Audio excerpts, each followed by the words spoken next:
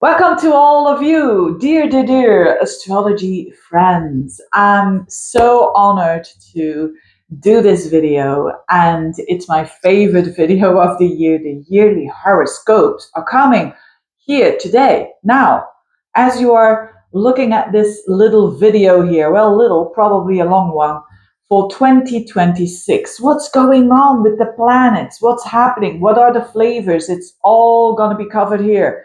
And I mean in my typical Veerle way, which is precise, concise, getting to the point, not much fooling around.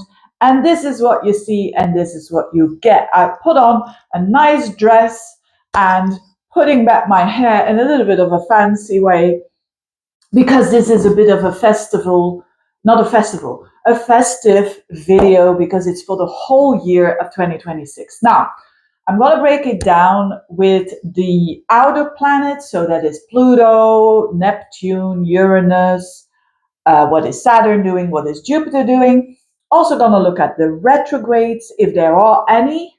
And I'm also going to look at the eclipses. So that's the main thing.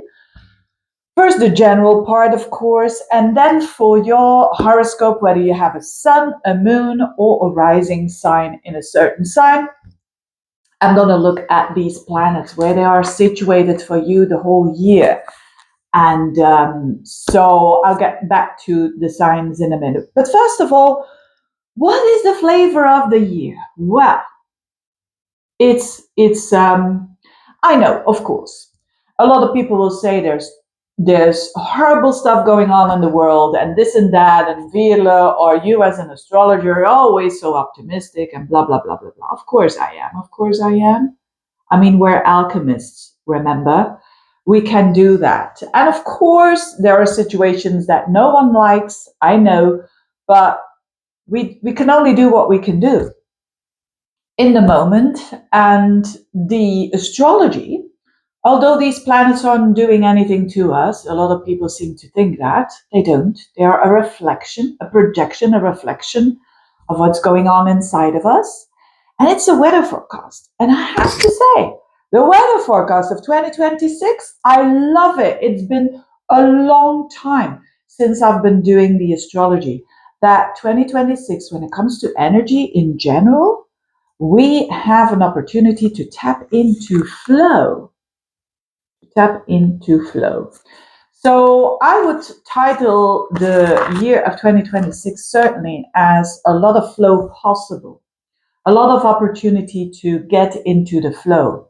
And to get into the flow means that you can use the energy of nature to get up and to go forwards and to grow.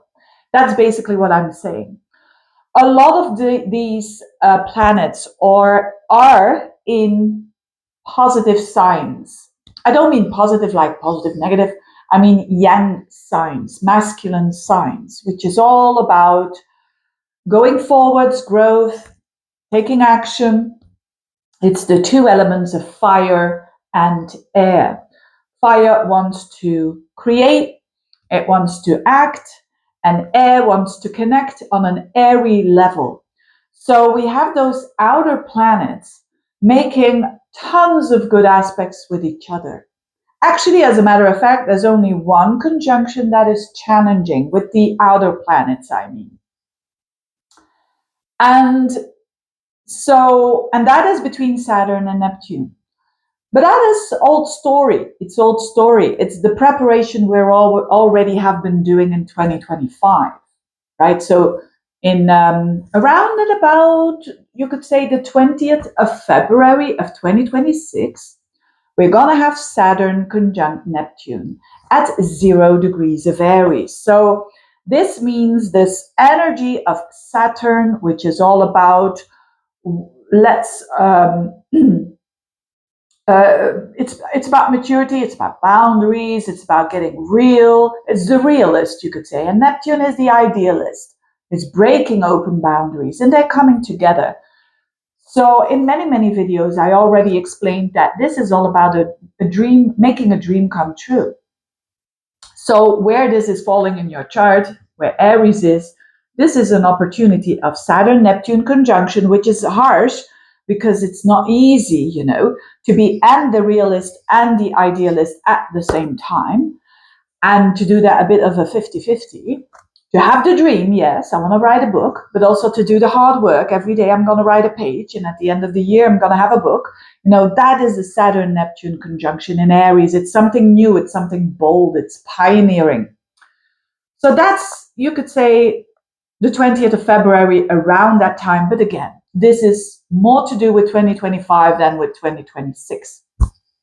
Now, my favorite aspect of 2026 is the beautiful air trine between Uranus and Pluto. I mean, come on. I remember when I started doing these videos, it was back in the day in 2012 that Pluto was making a square to Uranus. And 2012 is for a lot of people, a shift in their lives. A bit of a revolution, a bit of the square, is definitely a revolution. You have to really give up the old in order to welcome the new. We have the same kind of energy with Pluto and Uranus, but now in a trine. So Pluto, and guess what? Not just a month, not just 2 months, but you could say approximately as from May up until the rest of the year. So approximately from, you could say the whole month, the last part of the year, but already starting in May, we're going to have Uranus at 4 degrees of, and it's exact in July. At the 18th of July, we have exact Uranus at 4 degrees of Gemini, trining Pluto at 4 degrees of Aquarius. And we have that throughout the rest of the year. So it's not so exact anymore, but it's going to be, trines means beautiful energy. They go together very smoothly. So at the very beginning of these air signs. And Pluto is all about breaking down in order to transform and to start brand new, but in a more authentic soul kind of way. And Uranus is also breaking down, but immediately to free you up. It's like you get out of the comfort zone, you kind of say, oh, what's happening? And all of a sudden you've changed. So having these two planets of change, because if I do a reading, and a person emails me that they want a lot of change, and you see Pluto transits and Uranus transits, good. If you don't, then this person is more dreaming than doing anything else. So you want to see Pluto and Uranus when people want changes in their lives that are very much about freeing themselves up and also about being more authentic and real. And we're going to see that, of course, on a collective level, we're going to see that in a very easy kind of way. Right? Pluto trining Uranus. You could say, for instance, or taking the example of, breaking free in wherever this energy is in your horoscope. Okay. So when Pluto squared Uranus, which means it's a lot of more tension and you have to do more effort and there's a lot more unsettling energy because you make the change. Now this is not going on. This is a change that you kind of prepared and was sitting there, and because you take some action, it flows. This is flow, by the way. So to take the example in 2012, when this Pluto-Uranus was going on in a square, I started with the astrology. But, we were like, me together with other astrologers, there were some people who were already doing that a couple of years. But I felt really like a pioneer. And this was Uranus in Aries, right? Now I'll get back to the signs in a minute. Now it's in Gemini, Uranus, and Pluto in Aquarius. But I remember that it was a start, and I have to break free from my old job and to give up all my security and to jump into something new, like astrology. I'm starting to do YouTube videos. Everyone declared me nuts. Everyone declared me family, friends. Thank God, my partner, who's still my partner, and he said, okay, go ahead. He just knows me very well. I mean, what can you say if I'm saying like I'm going to be an astrologer and I was an economist? I mean, if that isn't Pluto Uranus, that I don't know. I'm explaining this example because this is the most important energy of 2026. It's revolutionary. It's from the economist to the astrologer. I mean, that's not just a turnaround, is it? It's not just like I'm a salesman in company A and I'm going to do the salesman in company B. This is transformational. This is the dentist, transforming into having its own business and being a coach. It's that kind of energy that we're going to have.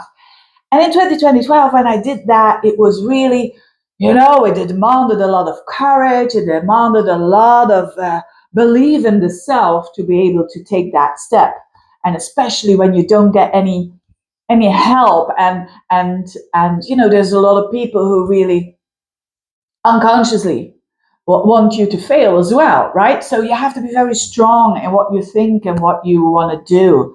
And my goodness me, I should have done it when I did it.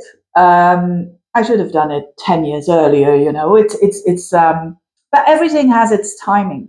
And now we have again this Pluto Uranus connection, but now in a beautiful trine. This is amazing.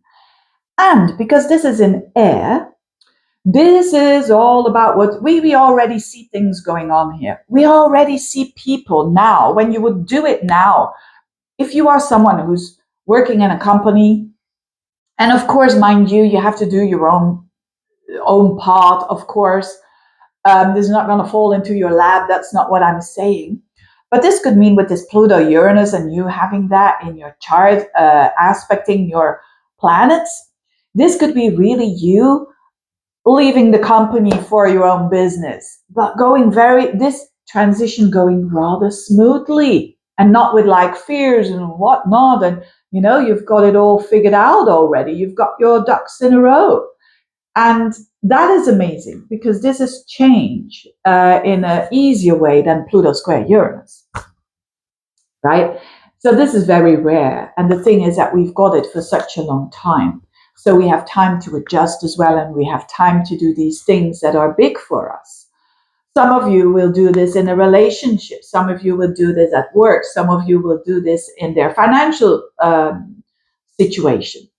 Now, because Pluto is in Aquarius, which is all about, Aquarius is all about the collective, and it's all about innovation, and it's all about, what we see in the world, artificial intelligence, the 11th house, right, which is also equality, like what's happening, for instance, in the diamond industry. I mean, from natural diamonds to lab diamonds. These are revolutions, you could say. And Uranus is in Gemini trining it. Of course, Gemini is all about communication. It's all about information. It's all about, I'll give you an example of this on a collective level, that we have all this information, and because of that, we can go forward. Like the diamond industry, it's just an example that comes to mind. You could say, of course, let's say you're a jeweler, right? And you could say, the natural diamonds, in a nutshell, what's going on, natural diamonds. You can buy a lab diamond, which is the same quality. It's not the zirconia or the moissanite or what is it called. It's the same qualities, but the natural diamond, it's from the earth and million years old. And the lab diamond, you can grow a lab diamond, I think, of half a carat or 0.5 carats, I think, in a week or two. And the price is like, some say 30 to 40% cheaper. Others say it's 70% cheaper. I don't know, but it's cheaper. So you could say this is beautiful because, this is very Aquarian Gemini-like. Why? Because Gemini is like the information and communication of, hey, we've got lab diamonds now, right? And you know what?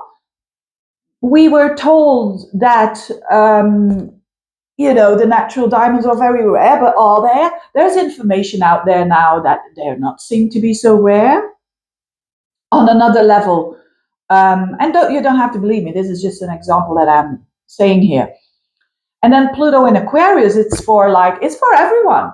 Diamonds is no longer, everyone can now buy a very big diamond, and it's almost half the price of a natural one. No one sees it. And look, with keeping in mind the millennials and the Gen Z, when they're going to get married, what do you think they're going to do? Right? They're very idealistic. They want these. They don't want these diamonds, and people have to have horrible circumstances to kind of mine them and all of that. So you see this evolution, and of course, these planets are neutral, not natural. Well, they're natural as well, but they're neutral. I mean, like this is a shift, this is a change in the diamond world, absolutely. And some of them, some people will say it's a negative change, some people will say it's a positive one. But Pluto trine Uranus means like, yes, we're going with the information, we're going for equality, we're going for transformation there. And yes, the prices will fall of the diamond industry, but at the same time, if you're a jeweler, what I would do is to kind of do both, right? You're always going to have people who want natural diamonds. I'm certainly like that. I'm old fashioned. I know I'm Gen X, probably because of that.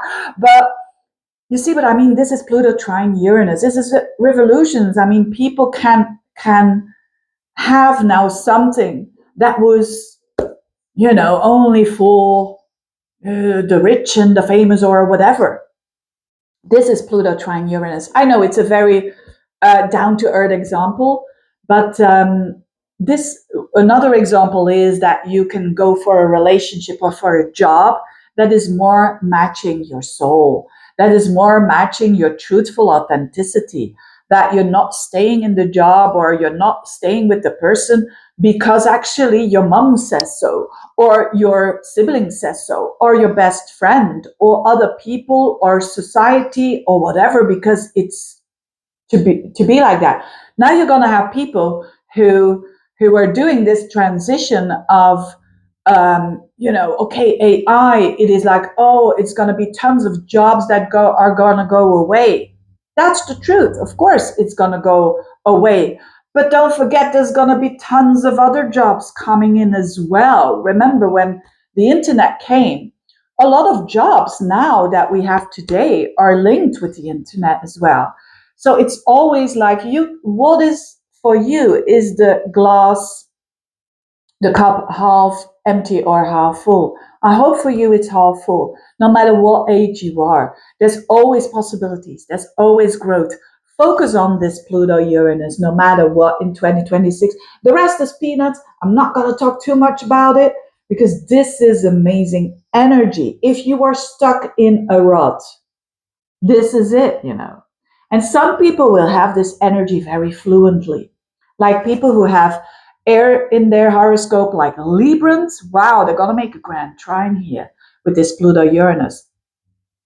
Geminis and Aquarians, they really will benefit. Also the fire signs like Leo and Sagittarius and Aries to a lesser extent, but again, depending on your whole chart, the water and the earth signs, but they can have you can be like, for instance, a Virgo,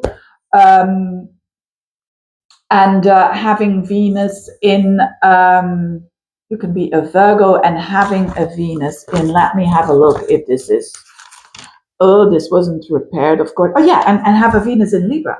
So notwithstanding the fact that this is general horoscopes, that you might have a planet there in an air sign or in a fire sign. Look it up or order a reading, and that planet can really say a lot about your growth.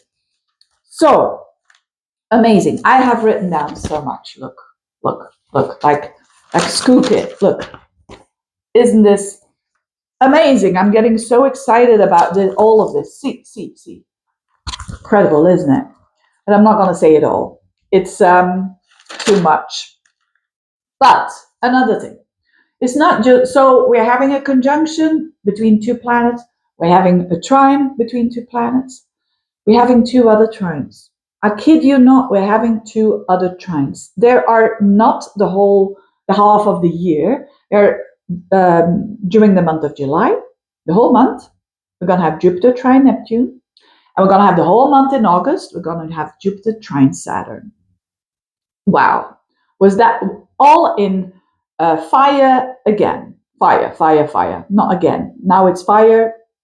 Uranus, Pluto was in air. So Jupiter at 4 degrees of Leo is going to trine Neptune at 4 degrees of Aries. Jupiter, Neptune. Fantastic. It means expansion, growth, spirituality, creativity, seeing the bigger picture. And it's in fire signs, so it's creative energy for sure. And then we have Jupiter at 13 degrees in Leo, trining Saturn, 30 degrees in Aries, the whole month of August. Whole month of August.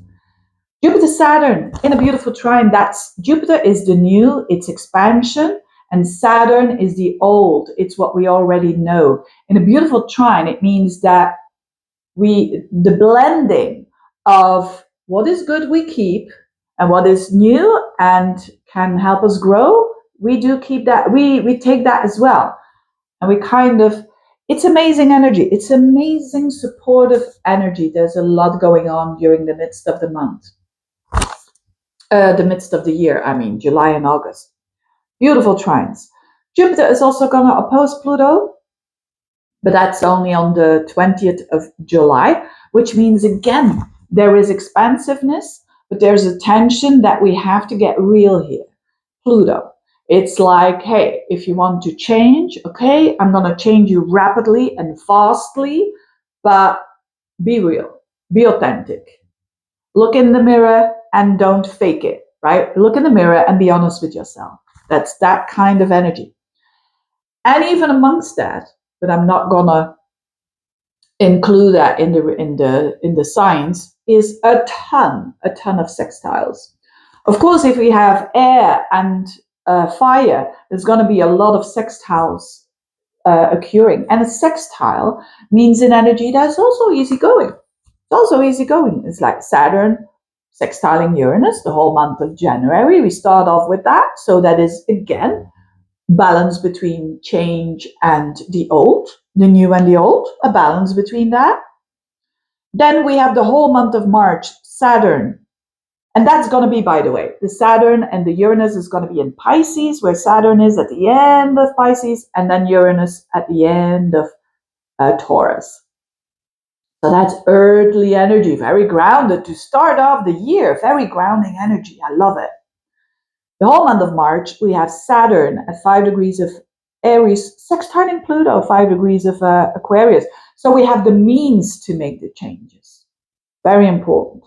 The whole month of July, we have Jupiter at 4 degrees of Leo, sextiling Uranus, 4 degrees of Gemini. We have insights. We want to innovate. We want to expand and innovate. From May to December, so this is a long time, we have Uranus in Gemini, 4 degrees, sextiling Neptune, 4 degrees of Aries. So this is, again, the flavor of change and innovation with compassion, empathy, Neptune, creativity. And last but not least, for also from May up until the whole year, December, Neptune in a sextile to Pluto. So this compassionate, creative energy of Neptune at 4 degrees of Aries, we've got it in a sextile to Pluto, transformation at 4 degrees, 3 degrees of Aquarius. So wow, this is one of the collectively the better years. So don't let those informations that we have or the fear-mongering statements of, oh, when AI comes, oh, we're going to lose our job. Don't go with that. Don't go with the energy. What I'm seeing here is tons of positive energy. So look for the opportunities, look from abundance, not from scarcity, because that is where it all starts. That might be the biggest message for you for 2026. Amongst all of this, we're having a retrograde as well. A very interesting one. We have no retrogrades of Mars. That's going to be for 2027. But we're going to have a Venus retrograde at the end of the year. So this is for October, November, December time. We're going to have Venus at 10 degrees of Scorpio going backwards on the 8th of October. on the 4th of October at 8 degrees of Scorpios. It went already, Venus retrograde in Scorpio, in 2018. And that was at 10 degrees of Scorpios. Now we have a repetition of that energy. Of course, it's in the same house. It's not going to be the same, different circumstances. But this again, Venus in Scorpio, is about what we love. It's about Venus's value. It's the way that we love. And in Scorpio, for such a long time, because normally Venus is like a month in a sign. Now we're going to have it here 3, and it's also going to go back into Libra for a tiny little bit. So I'm going to have a look at that as well. Where is the house where this is happening? But definitely this Venus in Scorpio, again, it wants all or nothing. Venus in Scorpio is not about, I kind of like this guy. No, it's like, oh, I like him or I don't like him. I like her. I don't like her. I like it. I like the painting. I don't like the painting. It's very black and white. It is very raw and real and authentic and intense. So adding this energy at the end of the year, it shows that a lot of people are going to go for what they truly want and to be honest with themselves. And I love that. And it's also in Libra. So it's also about balance and fairness in relationships, which is also a beautiful thing. The Mercury retrogrades, I'm not going to look at that. It will take me forever, this video. But the Mercury retrogrades are all going into the water signs.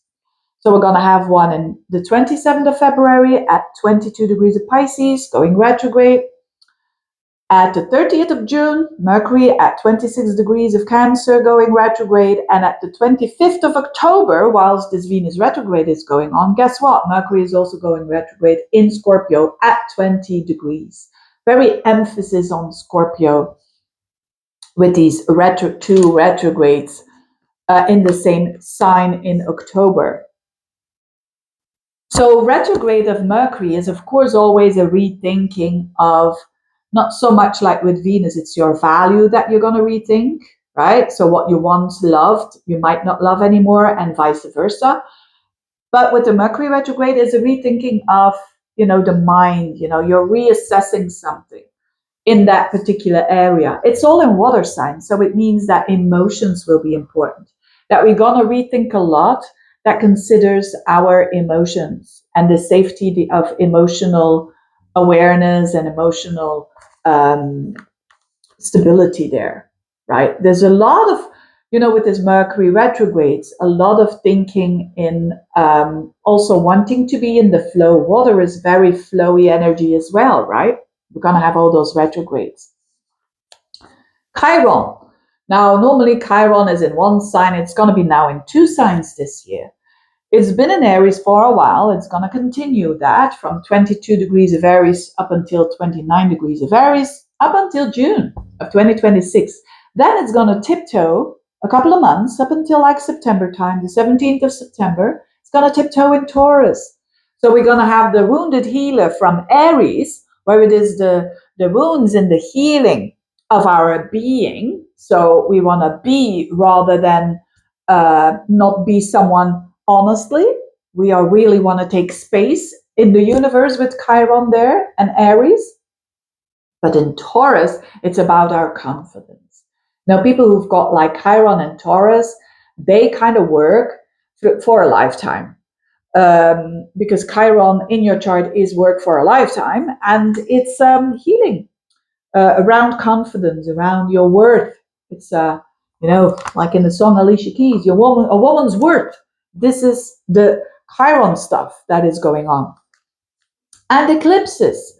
So we have been having eclipses for a while now, with the North Node in Pisces and the South Node in Virgo. And it's going to shift to the next signs from the 27th of July. So then they're going to switch. The North Node is going to go backwards from Pisces to Aquarius.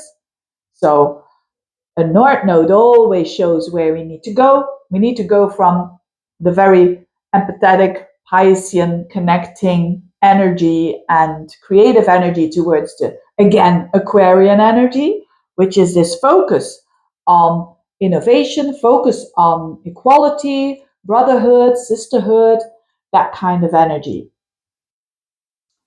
tolerance as well. No polarities, but tolerance.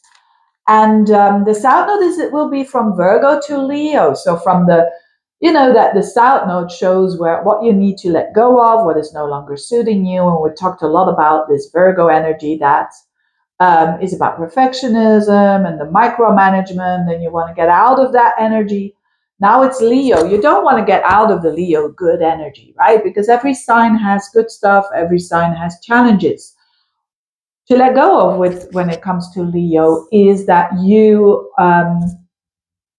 are going to be like, a bit the narcissistic traits of the Leo. Everyone has narcissistic traits, by the way. I have narcissistic traits. How I could not do a video without my ego. I could not do a video, right? So we all think, oh, the other person is narcissist. Be very careful with that. It's going to come up a lot with the South Node in Leo. I say be careful with that because what you're pointing towards is something that is still in you and that is not really resolved in a way. So we want to step outside of that, of the proud and the ego, which is, and the bossiness, which is the challenging stuff of Leo. And of course, keeping the warm things of Leo, which is a super loyal sign and very warm and wants to take care of the people that it loves and being very brave and being very honest and so forth. So, but that is a shift. That is totally a shift. We're going to have eclipses in February on the 17th. It's a solar one in Pisces. Sorry, it's a solar one at 28 degrees of Aquarius already. So we already at the beginning of the year, we are going to see this new oomph towards this eclipses and towards this Aquarian vibe. The 3rd of March, we're going to have a lunar eclipse with the moon in 12 degrees of Virgo. The 12th of August, we're going to have another solar eclipse. And this is one at 20 degrees of Leo. So this is one about letting go. And the 28th of August, we're going to have another lunar eclipse at the last one in Pisces, 4 degrees of Pisces. So what a year. What a year it's going to be, right? Let's get to the signs. What I'm going to say is, well, you see what I'm going to say. Let's get started with Aries, where, of course, for you, excuse me, the Saturn, Neptune in your sign is amazing. You can make a dream come true for sure. It's not only on the 20th of February when these two planets come together in your sign. It's really about you getting practical and meeting your dreams at the same time. So very beautiful energy for you indeed with these two planets in your sign. You can create. The first house is your life path. So this is about new relationships. A dream can come true. This is about a job. A dream can come true, etc., etc. Now this beautiful trine that I was talking about Uranus and Pluto, is for you in air signs in very social houses. I love this. This Uranus, excuse me, Uranus, by the way, on the 25th of April, if Uranus is going to be in your second house still up until the 25th of April, where it wants to free you up financially. And it tries to do things there so that you get more confidence in a way that gives you freedom in financial and emotional stability. But when the 25th of April and the whole rest of the year, you're going to have Uranus in Gemini trining this Pluto. Uranus in Gemini on your 3rd, trining Pluto in your 11th house. These are social houses. So for you, dear Aries, if you're having your own business, this is a growth of the social media. If you are wanting to have new relationships, connections with friends, with like-minded people, let's get it on. This is energy of growth for sure and transformation. When it comes to growth of your communication, learn. Uranus in the 3rd might be communication, travel, short trip travels, with a certain goal that you want. Pluto in the 11th to transform, to do something new, a new goal. do something with other people is basically what I'm trying to say here. There's a huge energy here of friends, of like-minded people that can help you. And that is a very, very beautiful energy. Now, so I talked about Uranus, I talked about Pluto, Neptune in your house, in the house as from the 27th of January, right? And onwards, because Neptune is the first month, it's going to be in Pisces still, but then it's, so the dream is with you. Saturn as well, as from 14th of February, because before that, it's going to be in Pisces. But from the 14th of February and the rest of the year, it's going to be in your sign. I know, Saturn in your sign, a lot of people say, ooh, but Saturn in your sign means maturity. It means boundaries, and it means this is what I want, less is more. But again, connected to, this is an unusual situation because Saturn is with Neptune. So this is a dream that you can make come true of you setting boundaries and you setting the discipline for yourself to create that. Beautiful. I can remember when Saturn is in your first house. It depends on how you look at it. If you say, yeah, I don't like discipline, I don't like Saturn, I don't like to do something to get something, I don't like to work on something to accomplish something, yes, then Saturn is going to be tough in your first house. But of course, this is not going to be the case, is it? Not at all. And Jupiter, up until the 1st of July, is going to be in Cancer in your 4th house still. So just like last year. And this is about your home and trying to give more purpose to your home and your family and your emotional life. But it shifts. And guess what? In your favor. It shifts on the 1st of July. It's going to be in Leo in your 5th house. Jupiter in your 5th house. I love it. It's one of my favorite transits. And it is the 5th house of love, of children, of projects, of businesses. So you starting a business, you starting love, you finding more purpose in your creative endeavors, in doing hobbies and so on. Magnificent. It's growth in love, it's growth in children as well, if you want them. Beautiful. And so yes, growth and purpose, because Jupiter is also purpose, in an area of your chart that has to do with playfulness, has to do with enjoyment. So you could be starting a new hobby or something that you love to do anyways. Lovely. Venus retrograde in Scorpio in your 8th house, and then also going in Libra in the 7th, means here a shift at the end of the year towards relationships. This could, it depends on your situation, right? But what it does mean is transformation. You want to be real. There's an opportunity for more intimacy. There's an opportunity for more truthfulness in your relationships. Definitely. There's also an opportunity for, in the beginning, maybe a relationship that is not possible, right? The secret relationship is the 8th house, but tipping back into the 7th house might also mean that you're going to work on this. You're going to work on this and make it happen. So beautiful, beautiful. But definitely transformation when it comes to relationships, and also definitely you wanting that, wanting to have better relationships, because it's Venus in your opposite sign. So this is all about, hey, I want to get along. I want a relationship, or I want to get along at least if I don't have a relationship with people. Chiron from the 1st house to the 2nd house. So Chiron in your sign, and you've been working on yourself, healing, taking space, wanting to be just because you are and not because you do all kinds of stuff.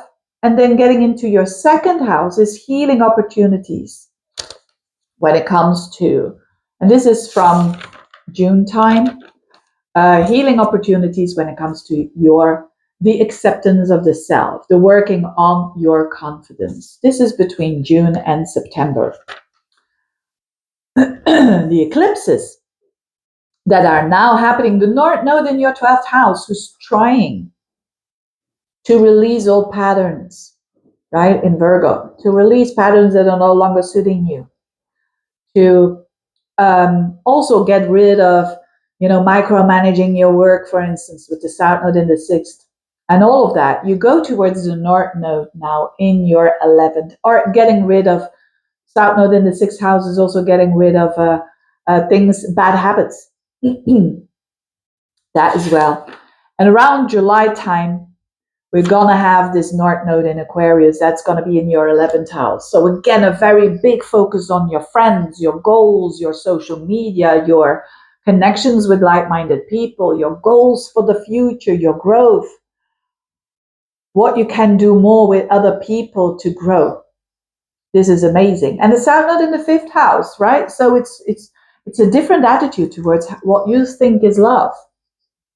Beautiful. I mean, for Aries people, you being a fire sign with all these outer planets also in fire and air signs, you're going to have all these sextiles and so on. You're going to have a lot of support. Remember, Aries, when you're having a hard time, you're also having that support. Beautiful. Taurus. Taurians. Where am I starting? I'm going to start for you with Chiron.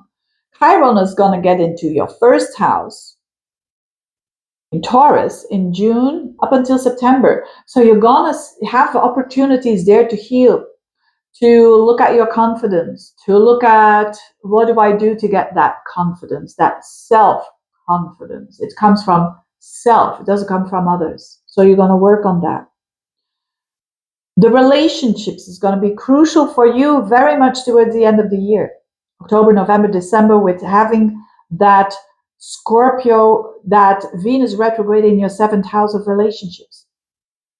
And then also a bit in Libra in your 6th house. So you're going to think about reality in the relationships. Bad relationship can be turned down here.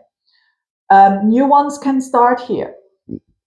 But very truthful ones, authentic ones, because Venus is your ruler. It's you being in that 7th house of relationships. So you will want to get along with people. You always want to do that. And also with your work, you want to love your work. You want to take care of your routines as well to stay healthy.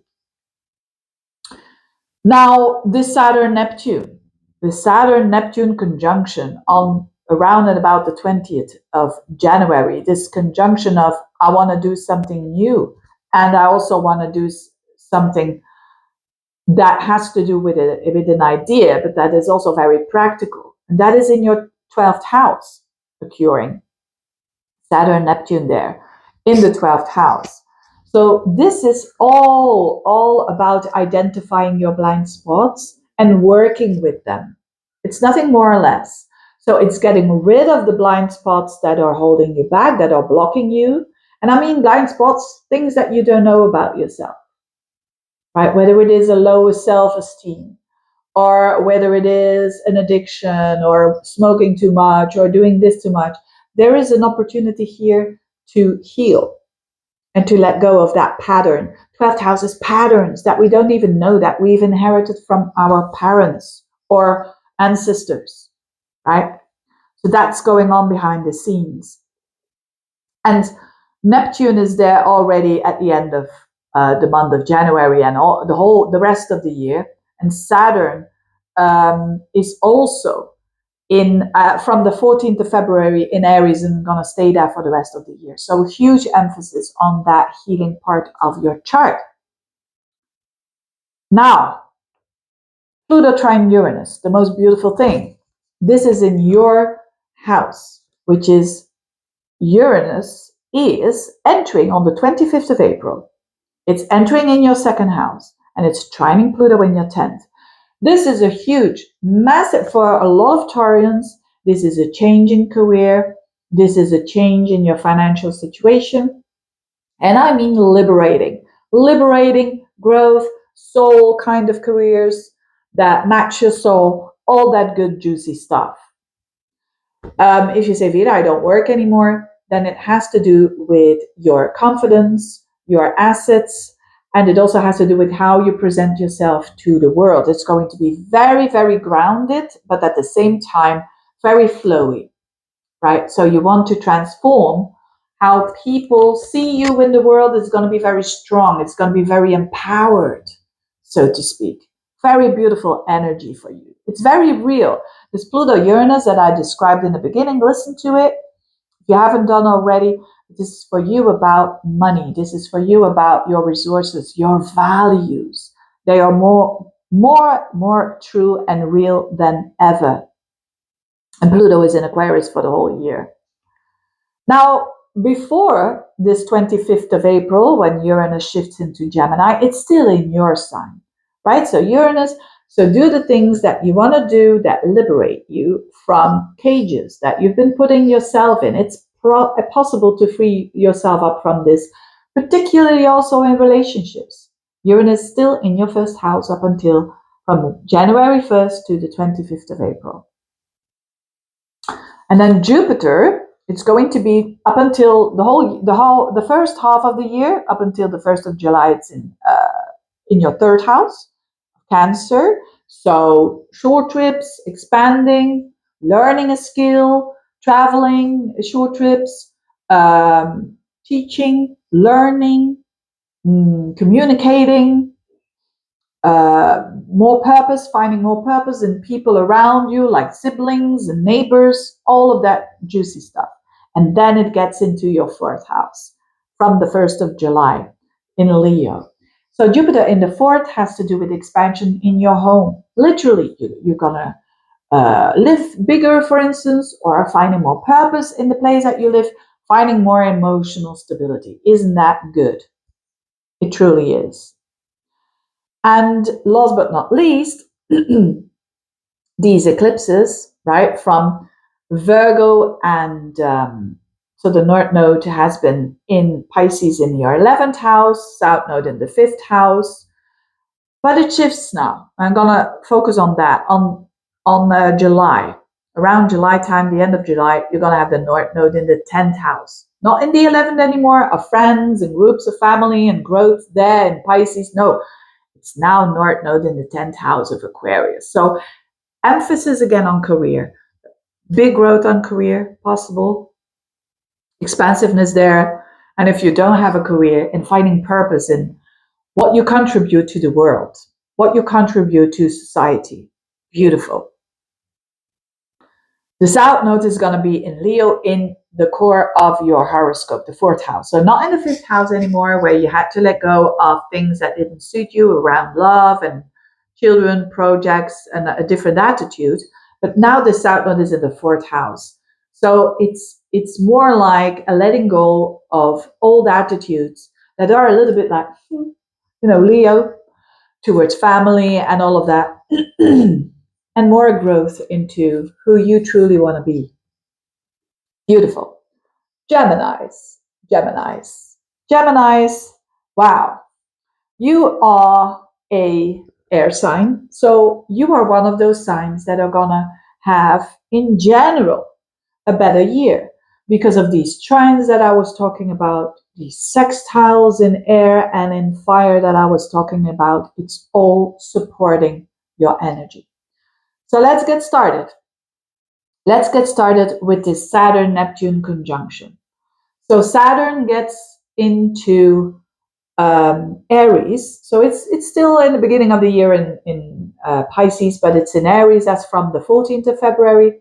Neptune is in Aries as from approximately the 27th of January, right? And we're going to have that Saturn-Neptune conjunction in Aries. It's going to be around at about the 20th of February. So we're going to have that conjunction in Aries there. And for you, dear Geminis, this is falling into your 11th house. This is, although the Saturn-Neptune, I talked about it in the intro, it's about the dream, making of dream come true.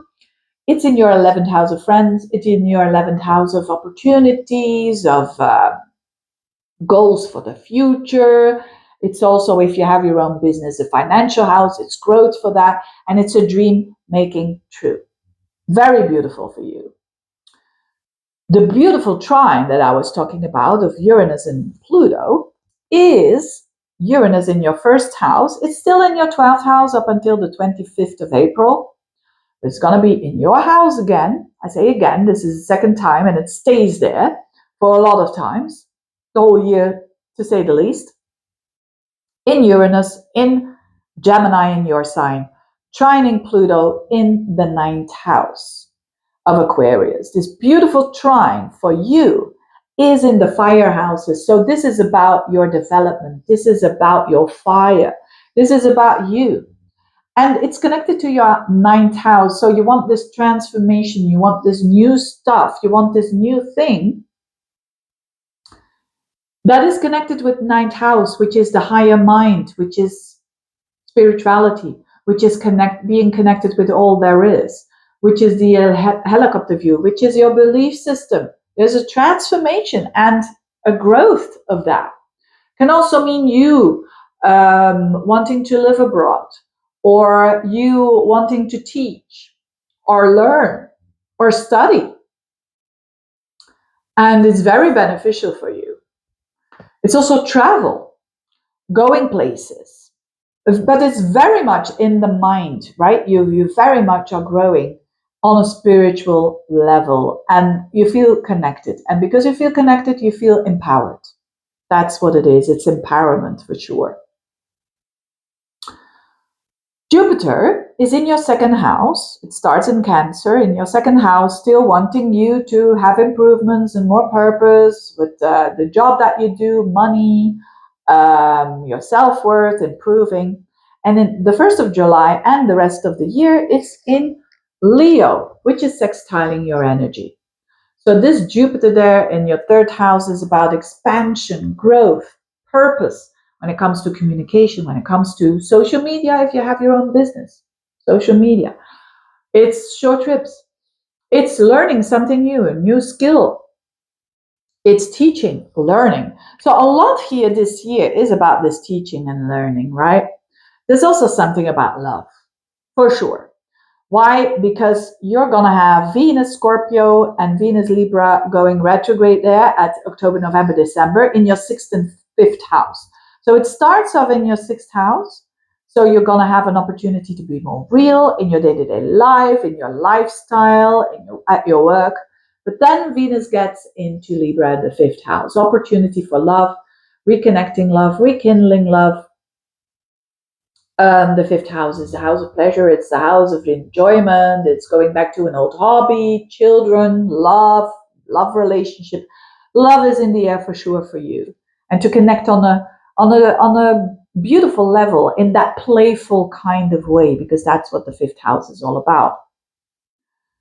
Chiron is going to be in your 11th house in Aries, where it has been last year. So you're kind of healing through friendship, through the goals that you take. You're taking space there. And it's going to be in your 12th house of Taurus between June and September, which is more about healing through a letting go of old patterns, blind spots, and a release of that, and a healing of that.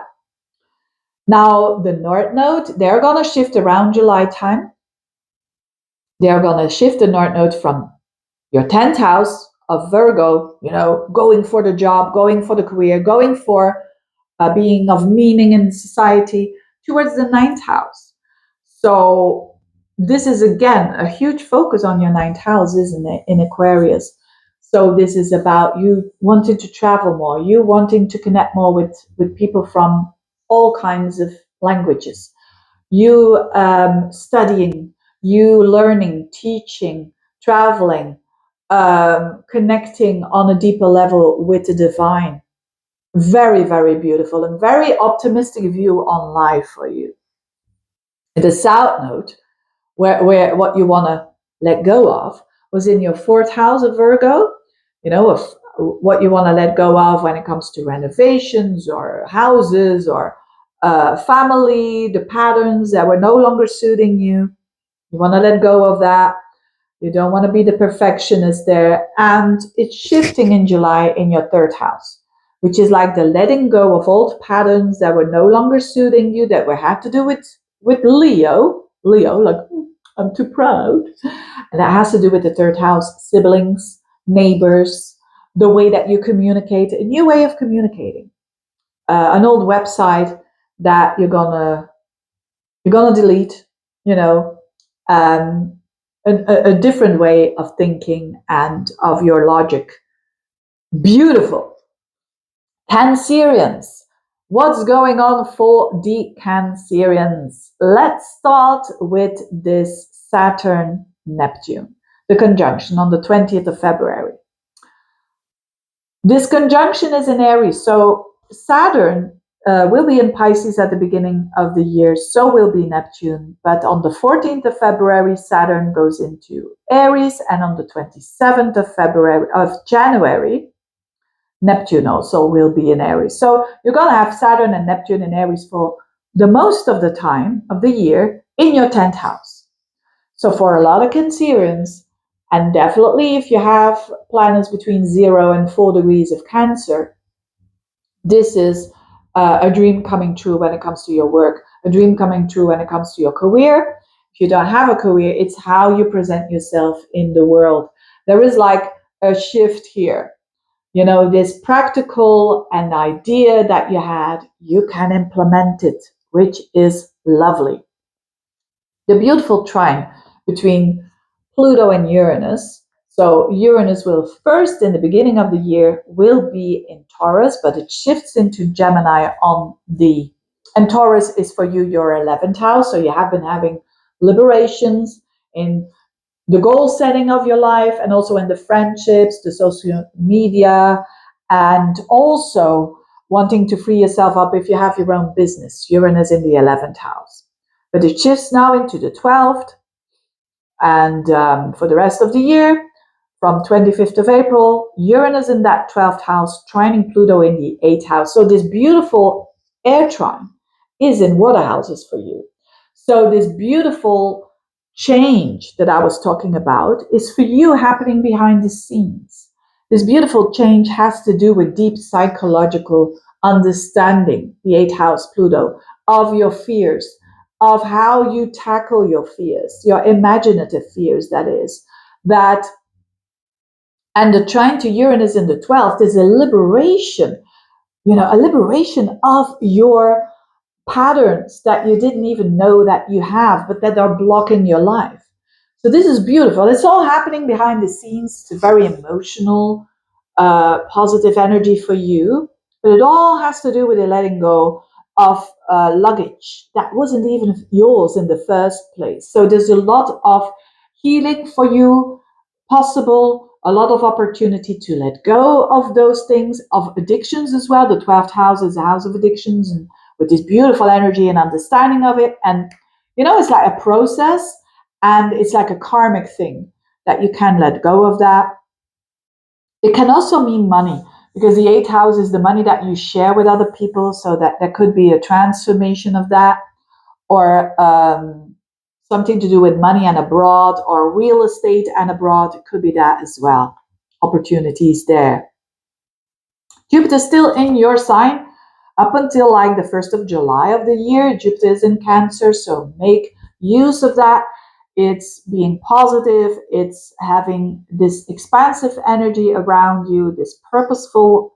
You find more purpose in what you do and who you are, which is beautiful. And in the 1st of July and onwards, it's going to be in Leo, which is your finances. It's also your worthiness. And having Jupiter there means an improvement, means finding purpose. So there is a possibility for you to, for some of you, it's going to be a promotion. For others, it can be growth because of growth in the career. Remember the Saturn, Neptune there in your 10th house. There's an improvement in your finances. Now the Venus retrograde.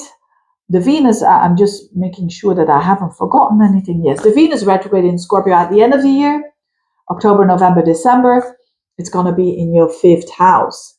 And that is the house of love. It's tiptoeing back into your 4th house of emotions in your home as well. But I think for you, there's going to be a revisiting of your attitude towards love. How do you love? And there could be love coming back. There could be a new relationship. There could be definitely a transformation of a relationship. And the 5th house is how it all starts. So a lot of opportunity to get more real in what you love. What is the thing that you love to do? and to get that into your life if it's not there yet.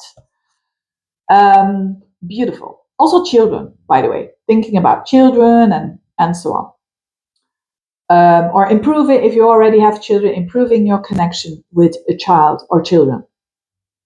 Chiron is like last year for most of the year in your 10th house. So you heal through your work in Aries.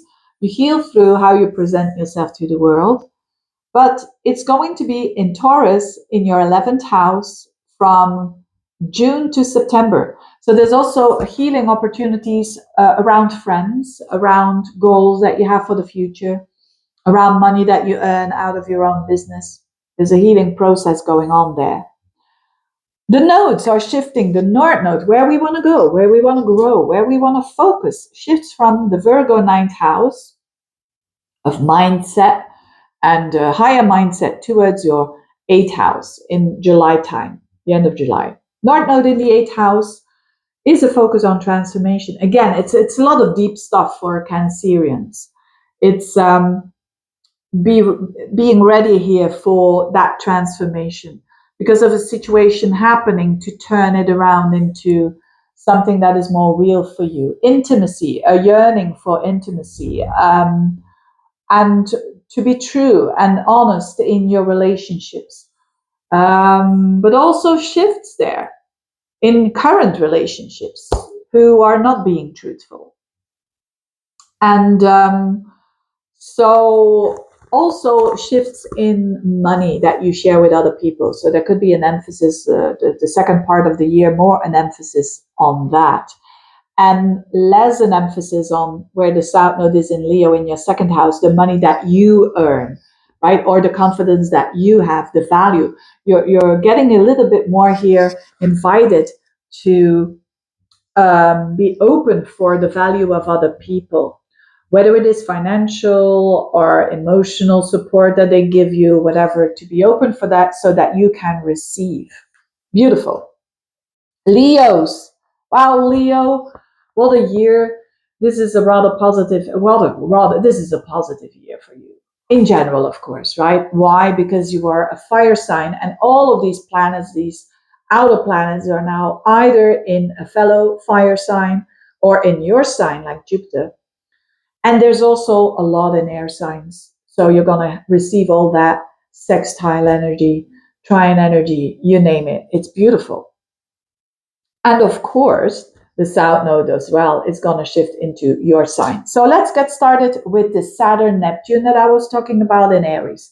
In the beginning of the year, both of these planets are going to be in Pisces.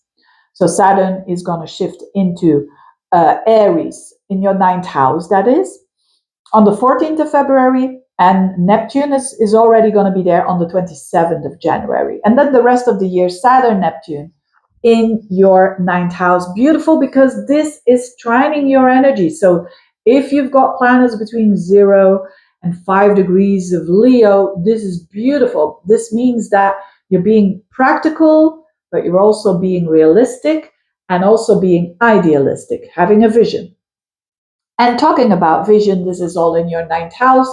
This is in the house of being connected with all there is. It's a very spiritual house, but it can literally also mean that you're going to travel more, or for some of you it's travel, some of you it's study, some of you it's teaching, learning, traveling, publishing, connecting with people from abroad, all that good juicy stuff. So a very positive belief system as well. That is, and visionary, but also practical. Beautiful. Then this Pluto-Uranus that I was talking about, it's in air. So this is going to go well with your energy as well. And so Pluto is in Aquarius, already in your 7th house of relationships. You're transforming your relationships. And Uranus in the beginning of the year is going to be still in Taurus, the top of your horoscope. You know, if you can liberate yourself when it comes to your work, your career, or your place in society. But from the 25th of April, it's going to shift into your 11th house. Uranus in the 11th, trining Pluto in the 7th. So this beautiful air trine for you is socially, right? It can also be business. So let's start with socially. You're not, if you say, I haven't been spending a lot of time on relationships, this is it. This is going out. Uranus in the 11 is a very exciting vibe to have when it comes to friends, maybe friends who are a little bit more different than you are, but very freedom loving, and you love that. Can also mean a friend becoming something more than a friend, with Uranus there trining Pluto in the 7, and a transformation of that. It's not going to have that challenging energy like Pluto square Uranus, but it's beautiful. So it could mean a relationship. It could also mean you doing things together with friends, or, as I said, social media, right? If you have your business of your own, this could mean a growth of your business through social media, through the public, and having a lot of clients there for sure. Relationship level, beautiful, beautiful. Go out with your friends if you're single. If you're not single, go out with your friends. And a very social, transformational time for you, and feeling that you belong, which is beautiful. Of course, Jupiter will be still in Cancer in your 12th house, being a bit of a protective energy there, and the growth of your understanding of your deeper psychological patterns. But as from the 1st of July, Jupiter will be in your sign. That's amazing. I mean, and for the rest of the year. So Jupiter in your sign means expansion, it means growth, and it means on a life path kind of way. So it's opportunity for jobs, it's opportunity for relationships. So very expansive energy for the Leo, for sure. Very expansive. And I'm just having a look at these beautiful trines here that are occurring. I talked about that. Venus in Scorpio and in Libra at the end of the year. That's going to be October, November, December.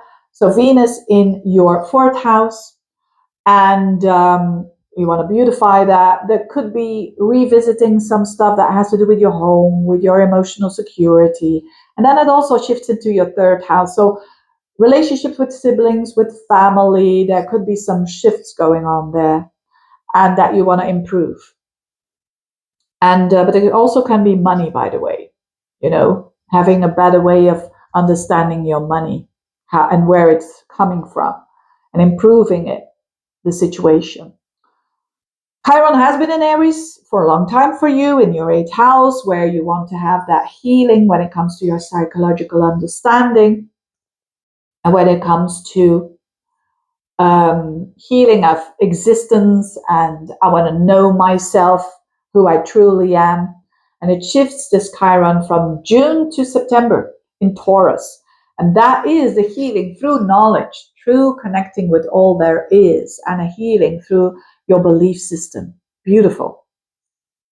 The nodes are going to shift around the end of July. So the first pass is going to be the same, right? Like 2025. You had the North Node where you want to go, the North Node in the 8th house of transformation, a lot of growth.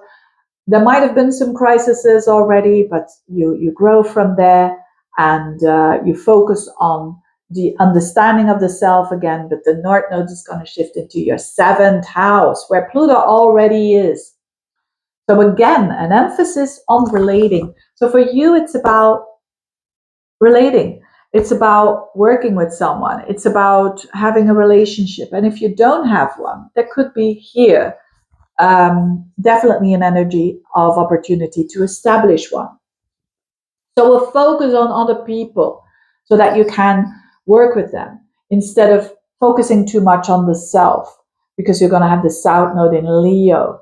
So the South Node no longer in your 2nd house of Virgo, of how you want to, let go of values, and how you spoke to yourself in a not so good way, or undermining yourself, or your finances as well, bad structures and so on, letting go of that. But now the focus on you, on what you want to let go of, that has to do with your personality, that is linked with Leo, and that is no longer suiting you.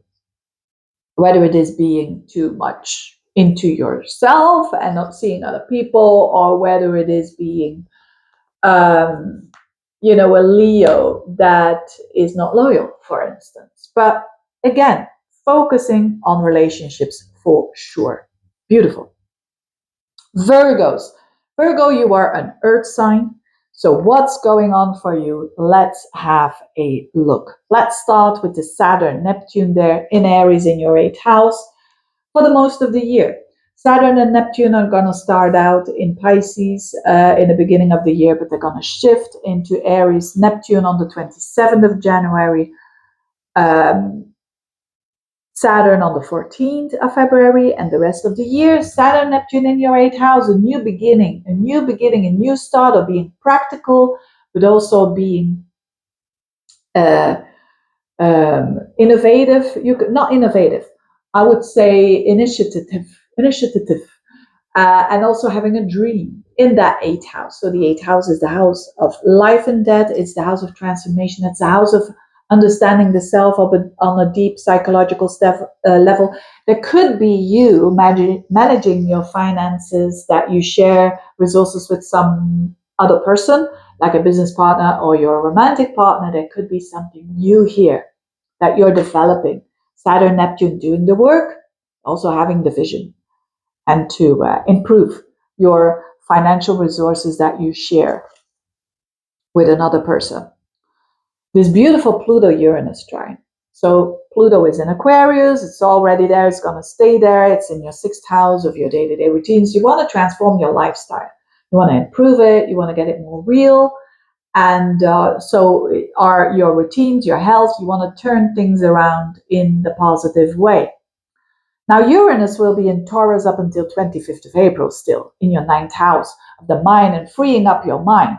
But as from the 25th of April and onwards, you're going to have Uranus in your 10th house. So for you, this huge opportunity for you, this huge air trine of Pluto and Uranus, which is like totally renewal of energy, is in your work houses. For a lot of you, the people who do work, this is a huge shift of work, freeing up of work. Uranus in the 10th. Amazing. I have Uranus in the 10th in my natal chart. It's being free in what you do. There is a chance to do this. And Pluto in the 6th, the transformation of that, the more soulful work that you do. A lot of Virgos are going to be able to tap into that energy. If you don't work, it's your lifestyle. You want to be more free. You want to be more real in your lifestyle. You want to be more authentic. You want to take care of yourself in a way that is long lasting. Jupiter is for the first half of the year still in Cancer in your 11th house. That's beautiful. That's expansion of friends, expansion of money if you have your own income from your own business.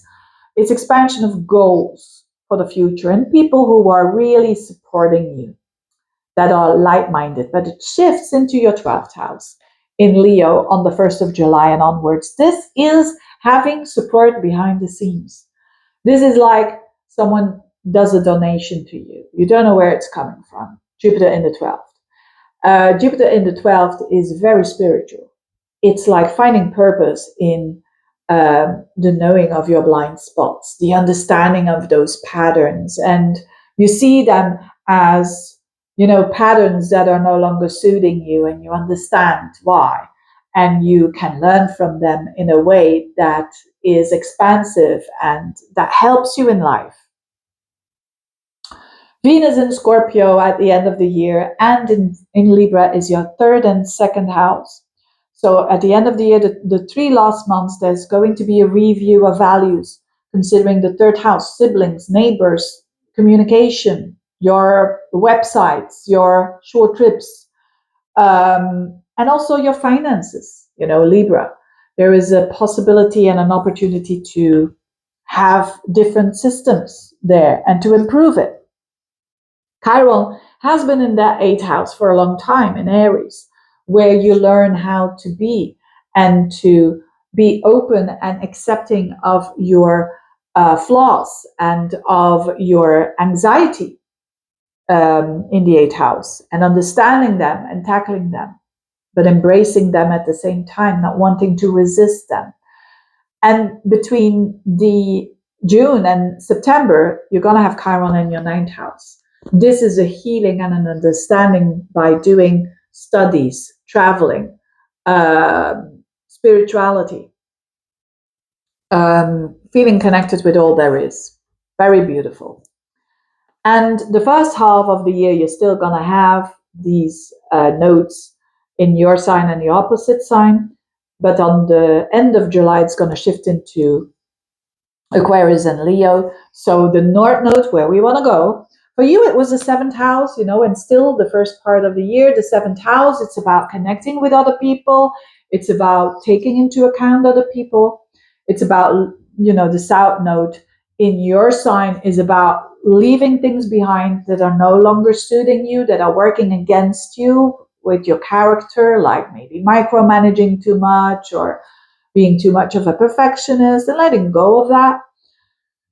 And finding now the second part of the year, having the North Node in the sixth house. So you wanting to grow your work, your purpose, your routines in a better way, in a more alternative way, because it's Aquarius, health, and the South Node in the 12th. So you want to get away, where Leo is, you want to get away from old blind stuff pattern that you are not even your patterns in the first place. They are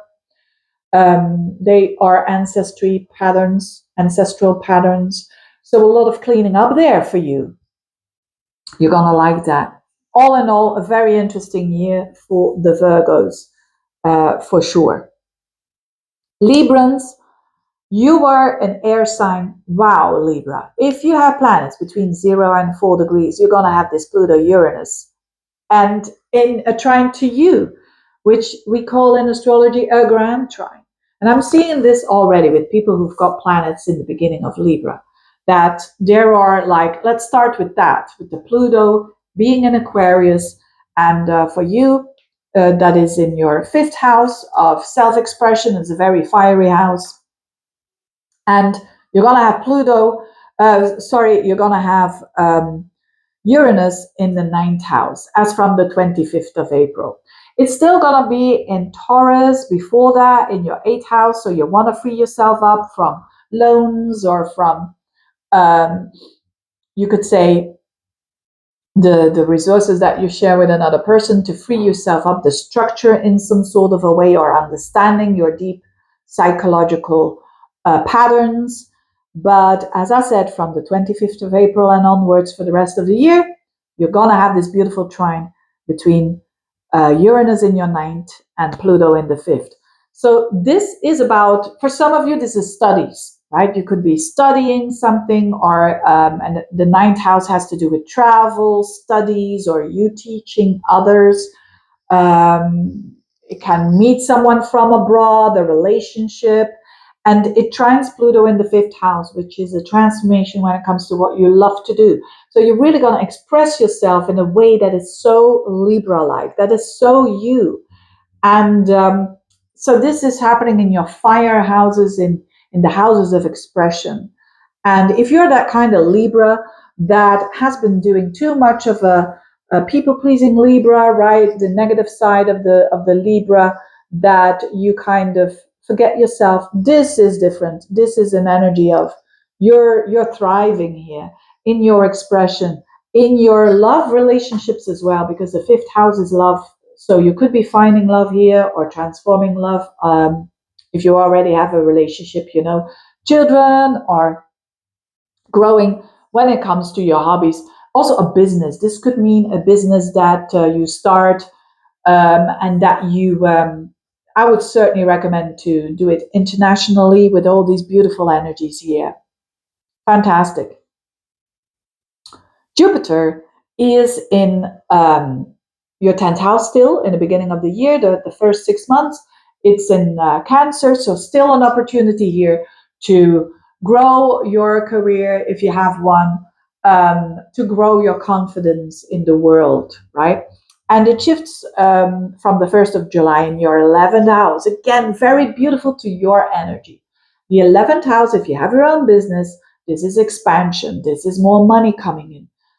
through social media, through like-minded people, attracting people at the wrong time, at the right time, at the right place, expansion of your goals, friendships, you name it. This is beautiful social energy for you from July and the rest of the year. Saturn and Neptune is in Aries, right? So that's going to be for most of the year.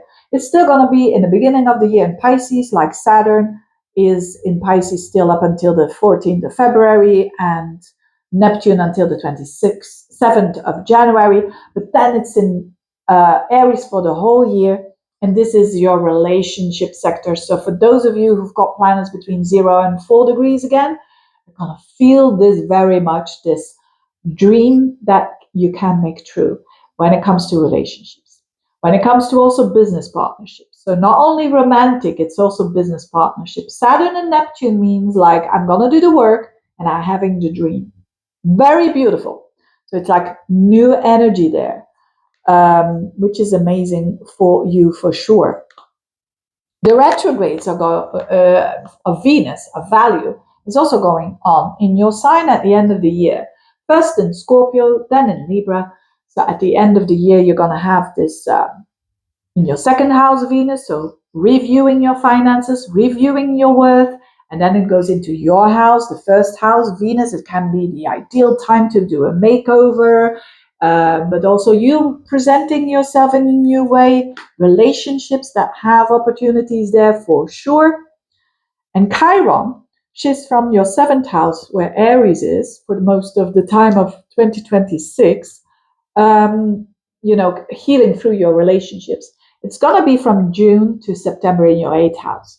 So healing through, in Taurus, a deep psychological understanding of the self, and also the resources that you share with other people. There's some healing work that can be done there. And the eclipses, they are going to be in your favor. They're going to shift in July. So the North Node was and still is going to be in the beginning of the year in your sixth house. So you want to in Pisces. So you want to grow there. You want to improve your work. You want to improve your lifestyle. You want to improve your day-to-day routines that you do, and you want to let go of bad habits and habits that you have to escape yourself, right? The South Node in the 12th house where Virgo is. But this shifts at the end of July into the North Node in the 5th house in Aquarius, in your 5th house in a beautiful, beautiful trine. So again, a lot of emphasis of 5th house, love, children, businesses that you start, hobbies, things that you create. Awesome. Very, very creative energy for the Librans. And Librans love to create. They do. And it's a stepping a bit aside from the South Node in the 4th house, where this Leo energy is stepping away from, it might be an old home, buying and selling, but it can also be an old way of how you react upon life emotionally. Awesome year in general. Scorpios, let's start with what's happening in your sign, right? This Venus retrograde I know it's at the end of the year, but let's start with that. So you're going to have that in October, November, December. Venus in Scorpio. Good time to do a makeover. Good time to reevaluate how you value yourself, and to think about all of these things. Venus will go back into Libra as well in the 12th house. So there could be you thinking about love that cannot be, that is one-sided, for instance, or there could be a relationship or a connection in secret, and you want to understand it and you want to heal it. And so when Venus goes back into your sign, that you know what you want and you know what you're going to go for, and it's going to be open. So that's going on for you. The Saturn Neptune in Aries, that is coming together on the 20th of February. And of course, this Saturn Neptune in Aries will be there for the rest of the year, but it's still in Pisces in the beginning of the year, that is. It's going to be shifting Saturn to Aries on the 14th of February, shifting Neptune into Aries on the 27th of January. And then you've got that coming together in your sixth house. And what is that all about? Well, it's a dream coming true, or an opportunity to do the work and to have the vision in the sixth house, which is your work, your day-to-day routines, your lifestyle, your health. So there's something here new that you can start, whatever it is. A new pet could be that as well. Sixth house. The beautiful trine between Uranus and Pluto is happening in your water houses. So this is behind the scenes. I was talking about this beautiful trine of Pluto in Aquarius in your fourth house. So you want to transform your emotions. You want them to be real and mature and strong and empowered. And you're going to have Uranus in your eighth house from the 25th of April. It's still in your seventh. So before that, in Taurus, between the 1st of January and the 24th of April. So a focus on freeing yourself up from relationships that you want to free yourself up from, but also new relationships, excitement in relationships. And it's going to go into your eighth house, this Uranus, and trining this Pluto in your fourth. This could be real estate for some of you. This could be opportunity, beautiful opportunity to buy real estate, to buy, to sell. And even if you share that with another person as well, shared resources because of Pluto in your eighth house. Very powerful, a beautiful opportunity there. If it's not that on another level, it's you understanding yourself deeply on a deeper level, on a psychological level. And because of that, you feel more emotionally stable and secure. Could also mean the eighth house is also inheritances, tax returns, return on investment. So the money that you invested, and now there's a flow, there's a beautiful positive result from that. Jupiter still in Cancer in your ninth house in 2025. So that's going to be for the first 6 months of the year. So expand, travel if you can, study, learn, teach, learn a different language if you want to, have a bigger understanding of life, a more positive, optimistic understanding of life. And on the 1st of July, it's going to shift this Jupiter into the top of your horoscope, into Leo. So this is about, and the rest of the year, expansion when it comes to your work. In a more Jupiterian way, maybe traveling for work or teaching, learning, coaching. And Jupiter in the 10th is definitely a growth of the career. If it's not that, it's a feeling more purposeful in life in general, that you have a contribution to society. Beautiful, beautiful. Of course, Venus goes retrograde in Scorpio at the end of the year, and it's October, November, December time, a very good time for you to think about yourself, to either, I already said that, didn't I? I started with that. My goodness me, I'm doing so much of talk that I forget that I already did that. I already said that, right? But it's beautiful having Venus. And if you have your Venus around at about 8 degrees of Scorpio, or your Sun, or your Moon, or your Ascendant, or even your Mars and Mercury, it's going to be a huge year for you with huge shifts of values for sure. Chiron has been in your sixth house in Aries for a long time. It's going to be that again for most of the year. So you kind of take your space when it comes to your work, take your space when it comes to and new stuff in Aries to heal from when it comes to your healthy routines. And it shifts from June to September in your seventh house. So relationships. There's going to be an emphasis there on healing, on healing through your relationships for sure. Now, what haven't I talked about yet? The eclipses. Yes. So up until the first part of the year, the first 6 months, it's still going to be North Node in Pisces in the fifth house. Good for you, because that is more self-expression, the fifth house, and Pisces, it's more an opportunity for love, an opportunity for children, opportunity for a business project, uh, opportunity to have fun and to step a bit aside from Virgo, the 11th house. So not spending too much time. What do my friends think about me or whatever? Focusing a little bit more on your own heart, so to speak. But from the end of July and onwards, it's going to shift the North Node in Aquarius again in that 4th house of yours. So again, that emphasis on living place, feeling emotionally grounded, and detach yourself a little bit from the emotions, even, in Aquarius, and having a focus on that emotional security. South Node will be in Leo in the 10th house, to step away from old jobs that are no longer suiting you, old careers that are no longer you. And also more, again, a focus on your emotional security. Beautiful. Sagittarians, beautiful for you. I mean, you're going to have your ruler in Leo. Let's start with that. So on the 1st of July.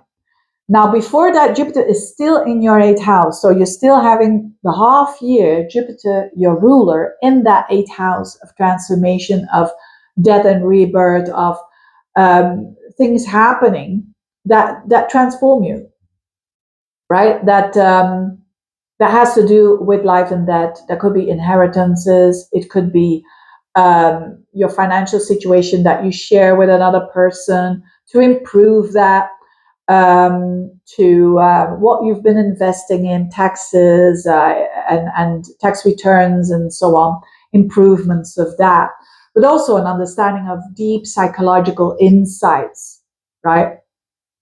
And as I said, your ruler Jupiter shifts to Leo on the 1st of July, which is amazing, not only because it's in Leo, Jupiter in a fellow fire sign, it is in your house, the 9th house. So it's trining your energy. And this is an expansive year for you because you're a fire sign. So you're also going to have lots of sextile energy of all these outer planets in air or in fellow fire, like this Jupiter here. And that's very, very positive. But your ruler, Jupiter, is also going through a lot in a way that is transformational. Because when it's going to come into that 9th house, which once it's a sign of, I want to expand, I want to travel more, I want to learn more, I want to teach more, I want to have a broader perspective on life, I want to have more a positive perspective of life. It's all there with Jupiter in your 9th house. But in the beginning, it's going to bump into Pluto.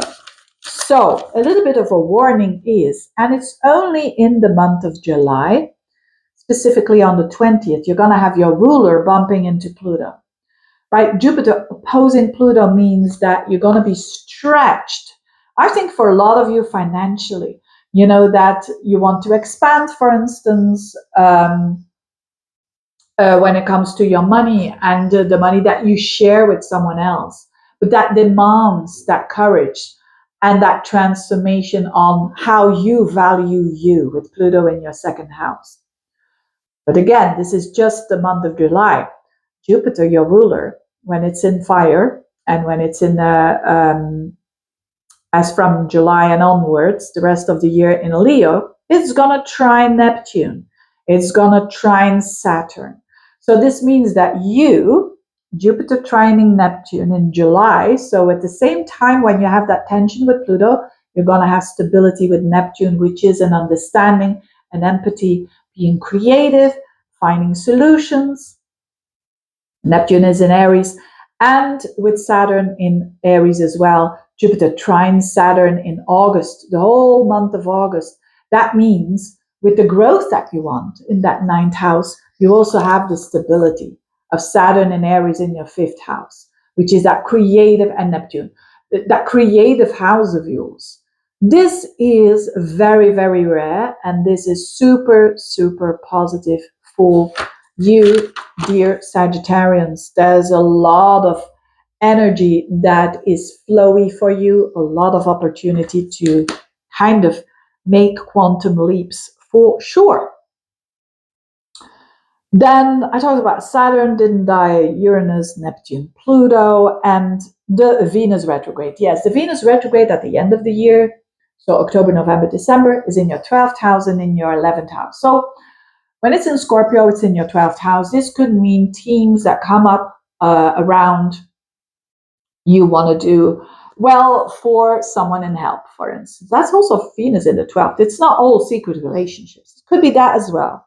Or it could be a love that is coming from one side, or there's some nostalgia there with Venus in your 12th house that you want to transform.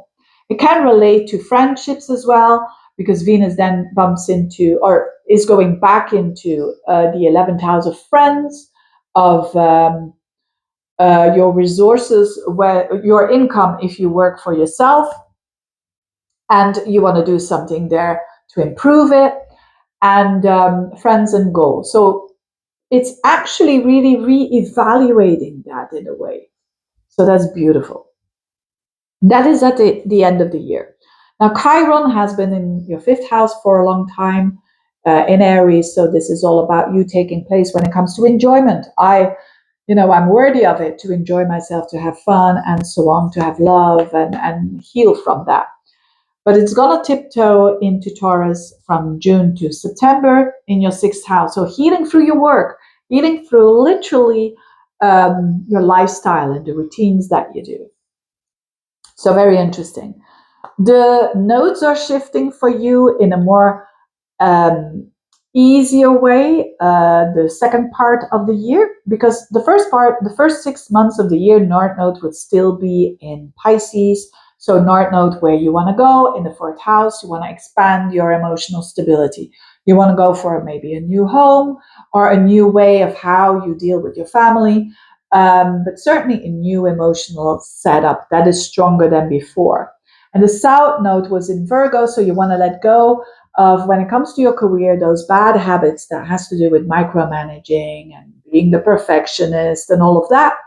And this is now all shifting in July and the rest of the year towards the North Node in the 3rd house in Aquarius, which goes well with your energy. Remember, the 3rd house where Pluto is for you, where there's this shift and where there's this trine of, I didn't talk about that yet, but I'll talk about it in a minute.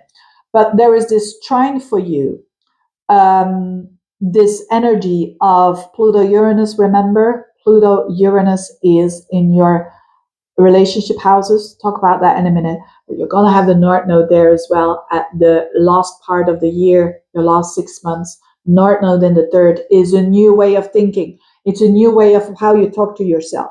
It's a new way of communicating, a new way, and more Aquarius, you're more égalité, fraternité, that kind of thing. Equality is very important in your communication. You could have making new websites, making new short trips, studying something new, a skill, your relationship with your siblings and your neighbors, new neighbors, and improve that. And the South Node in the 9th shows more a letting go of that Leo energy that has to do with a mindset that was a bit too proud or a bit too, rigid, Leo being a fixed sign. But the Pluto in your 3rd house, trining Uranus in the 7th, that is also a beautiful energy for you Sagittarians on a social level, but also on a work level. Let me explain. You having Pluto in the 3rd house, so you're changing, you're empowering your own logical mind and strengthening it. Now, Uranus has been is going to be in Taurus up until the 25th of April in your 6th house. So you're still trying to liberate yourself from your lifestyle, improving it, liberating yourself when it comes to work. Maybe still shift an opportunity to change works if you want that. But it shifts on the 25th of April and onwards in your 7th house. It's been there for a while in 2025 already, but it means liberation when it comes to relationships. Uranus in the 7th, Pluto in the 3rd. It's major. It means an improvement of your relationships, a renewal of your relationships. If you have toxic ones, you can cut them out. With not much of a problem, you could say. I mean, these are general horoscopes, but because of this beautiful trine here, you could meet someone new in your social circle whilst you're doing a short trip, whilst you are taking a course to learn a new skill. Pluto, Uranus in the 3rd and the 7th house. Business as well, business partners. You could have attracting a new business partner that gives you so much of a growth on a social level that you grow your business, your public.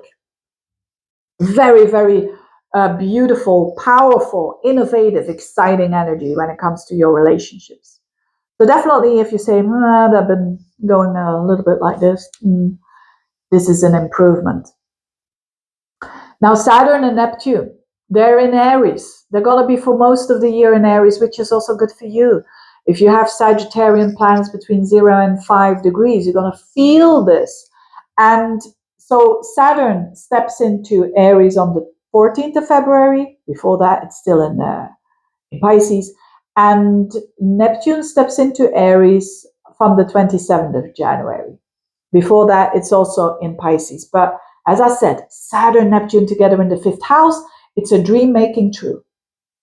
It's a dream coming true in that, and it trines your energy. So for you, it's easier. It's easier, the Saturn, Neptune. It's working for the dream, and it's having the dream.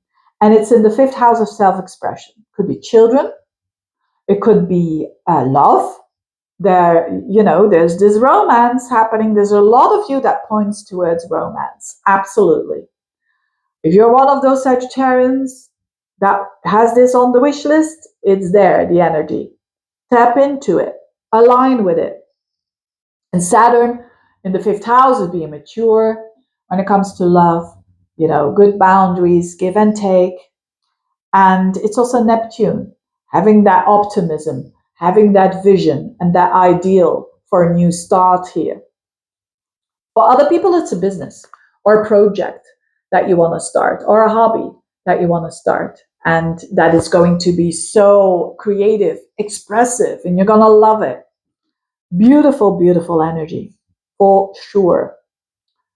I hope I've said it all, because there's so much information, isn't it?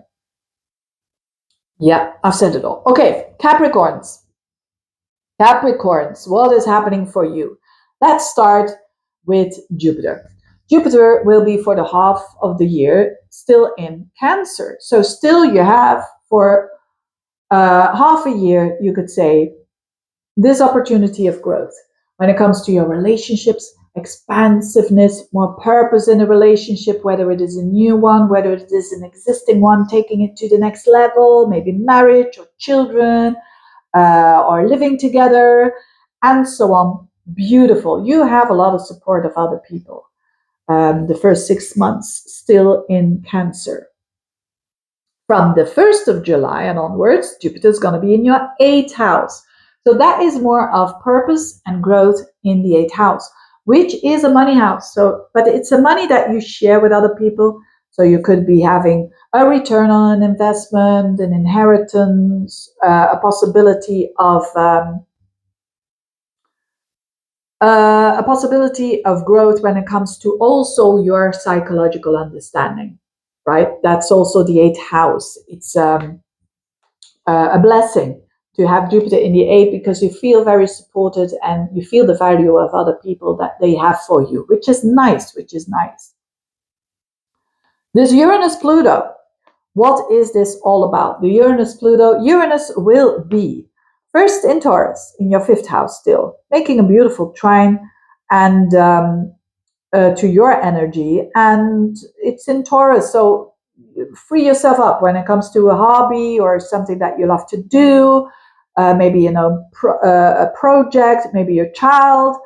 And on the 25th of April, it shifts into your 6th house, this Uranus trining Pluto in the 2nd. So for you Capricorns, this beautiful opportunity, this beautiful energy of change is in your money houses and it's in your work houses. So for most of you, this is wealth and building it. And you've got like from May up until the rest of the year to do this, even a bit before that. You know, Pluto in the second house is really about you finding yourself and finding the value on a true deep level. Of course, some of you will find a new job because the second house is related how you earn money. And with Pluto there, you want to earn money in doing a job that feeds your soul, so to say. And Uranus in the sixth house can make these movements in your lifestyle. And it's also when it comes to your health, you're doing something more of an alternative to keep your health healthy. But all in all, very beautiful energy to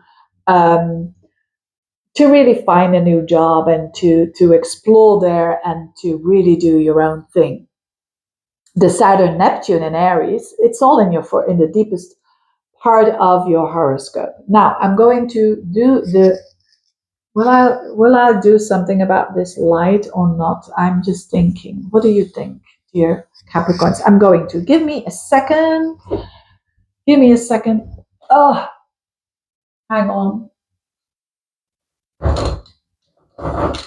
It's just okay. This is better. It was just shining too much into my eyes. But anyway, dear Capricorn, sorry for that, mea culpa, but let's move on.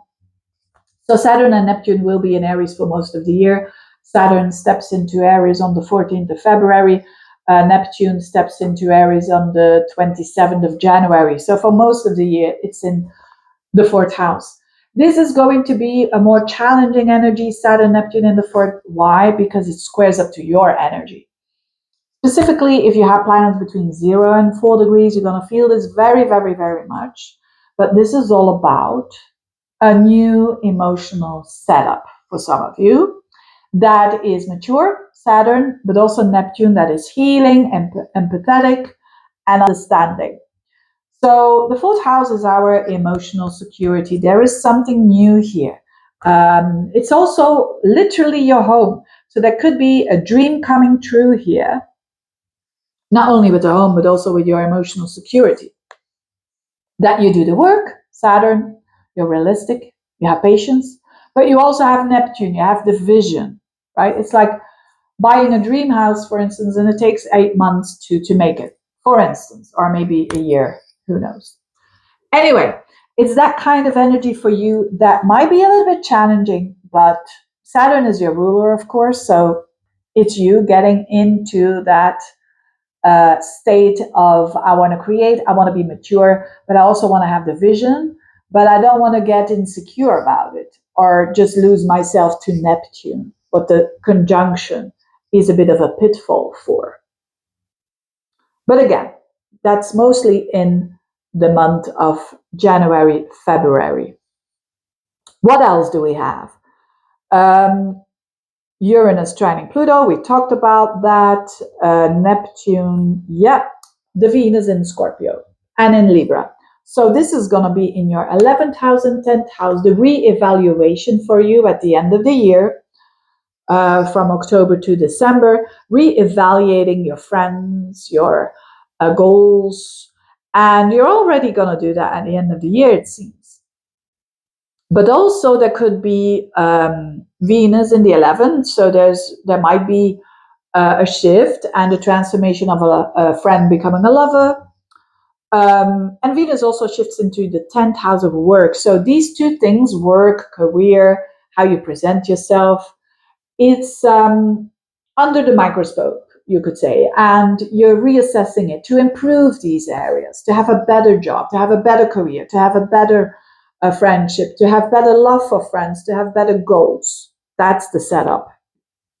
Chiron is going to be mostly in Aries, again in that fourth house. So still a lot of healing of I take space when it comes to my emotions and I embrace them. I'm not going to fight them, but I'm going to respond and not react. That's all this Chiron and Aries. But it shifts into Taurus between June and September in your fifth house, which is beautiful energy to your energy. So it's like healing through expressing yourself, through doing things that you love to do, through love as well, your connection with your children. And the nodes, they shift from the North Node being, where you want to expand, which was in your third, and still is going to be for the half year in the third house of Pisces. So you want to improve how you think, the logic that you say to yourself, being understanding in your communication towards others, being gentle for yourself and others, and stepping away of the rigid belief systems that you might have had with this South Node in the ninth house. And in July, it shifts the North Node into your second house. So an emphasis on money, on creating more money, creating better money, creating more value of the self by working on your talent. So a bit more focus on what you value and not so much the South Node in Leo, the validation that you're trying to get from other people. Beautiful. Aquarians, you're one of those signs. You're an air sign. So you're going to have the more beneficial energy of all these trines going on, sextiles going on, and even the Saturn, Neptune in Aries, that goes well in a sextile with your energy. So mostly for you, and of course the North Node shifting in your sign, it's a big year for you. It's a year, you've got those years sometimes there's not happening a lot. And then we've got years for the Aquarians like this, where it all goes up a level, but very fast. That's how this year can be for you. Let's start with the Jupiter. So Jupiter is for the first 6 months still in Cancer. So that's your sixth house. So you're going to have that energy of, I want to improve my routines. I want to find more purpose in my lifestyle, in my work. And it's still on. So there's still lots of opportunities to improve your work, to find a new job, to find more work if you have a business on your own. And then on the 1st of July, it shifts Jupiter into your seventh house. Huge emphasis from July and onwards on other people, right? This expansion and opportunity that you have in that seventh house. So for some of you who are single, yeah, that could mean someone new you're attracting, a Jupiterian person. What is Jupiterian? It can be someone who's very wise, can be someone who's very optimistic, someone who's jolly, someone who's from abroad, or from a different cultural background. But whatever it is, you're finding a lot of purpose in your relationships. Even if you are in a relationship that's going a bit less than usual, this can mean an improvement of your relationships for sure, and growth as well. Saturn and Neptune, they are in the beginning of the year in Pisces, but Saturn turns into Aries on the 14th of February. Neptune turns into Aries on the 27th of January. And that is a shift towards your third house. So you're going to have this Saturn-Neptune conjunction that I was talking about, this opportunity. It's in the beginning of the year, but it's going to stay there in that third house for the rest of the year, most of the year. And the third house is the house of your communication, is the house of siblings, neighbors, the things that you say to yourself, the skills that you learn. So you have like this Saturn Neptune in a beautiful sextile to your energy, so it's easier for you.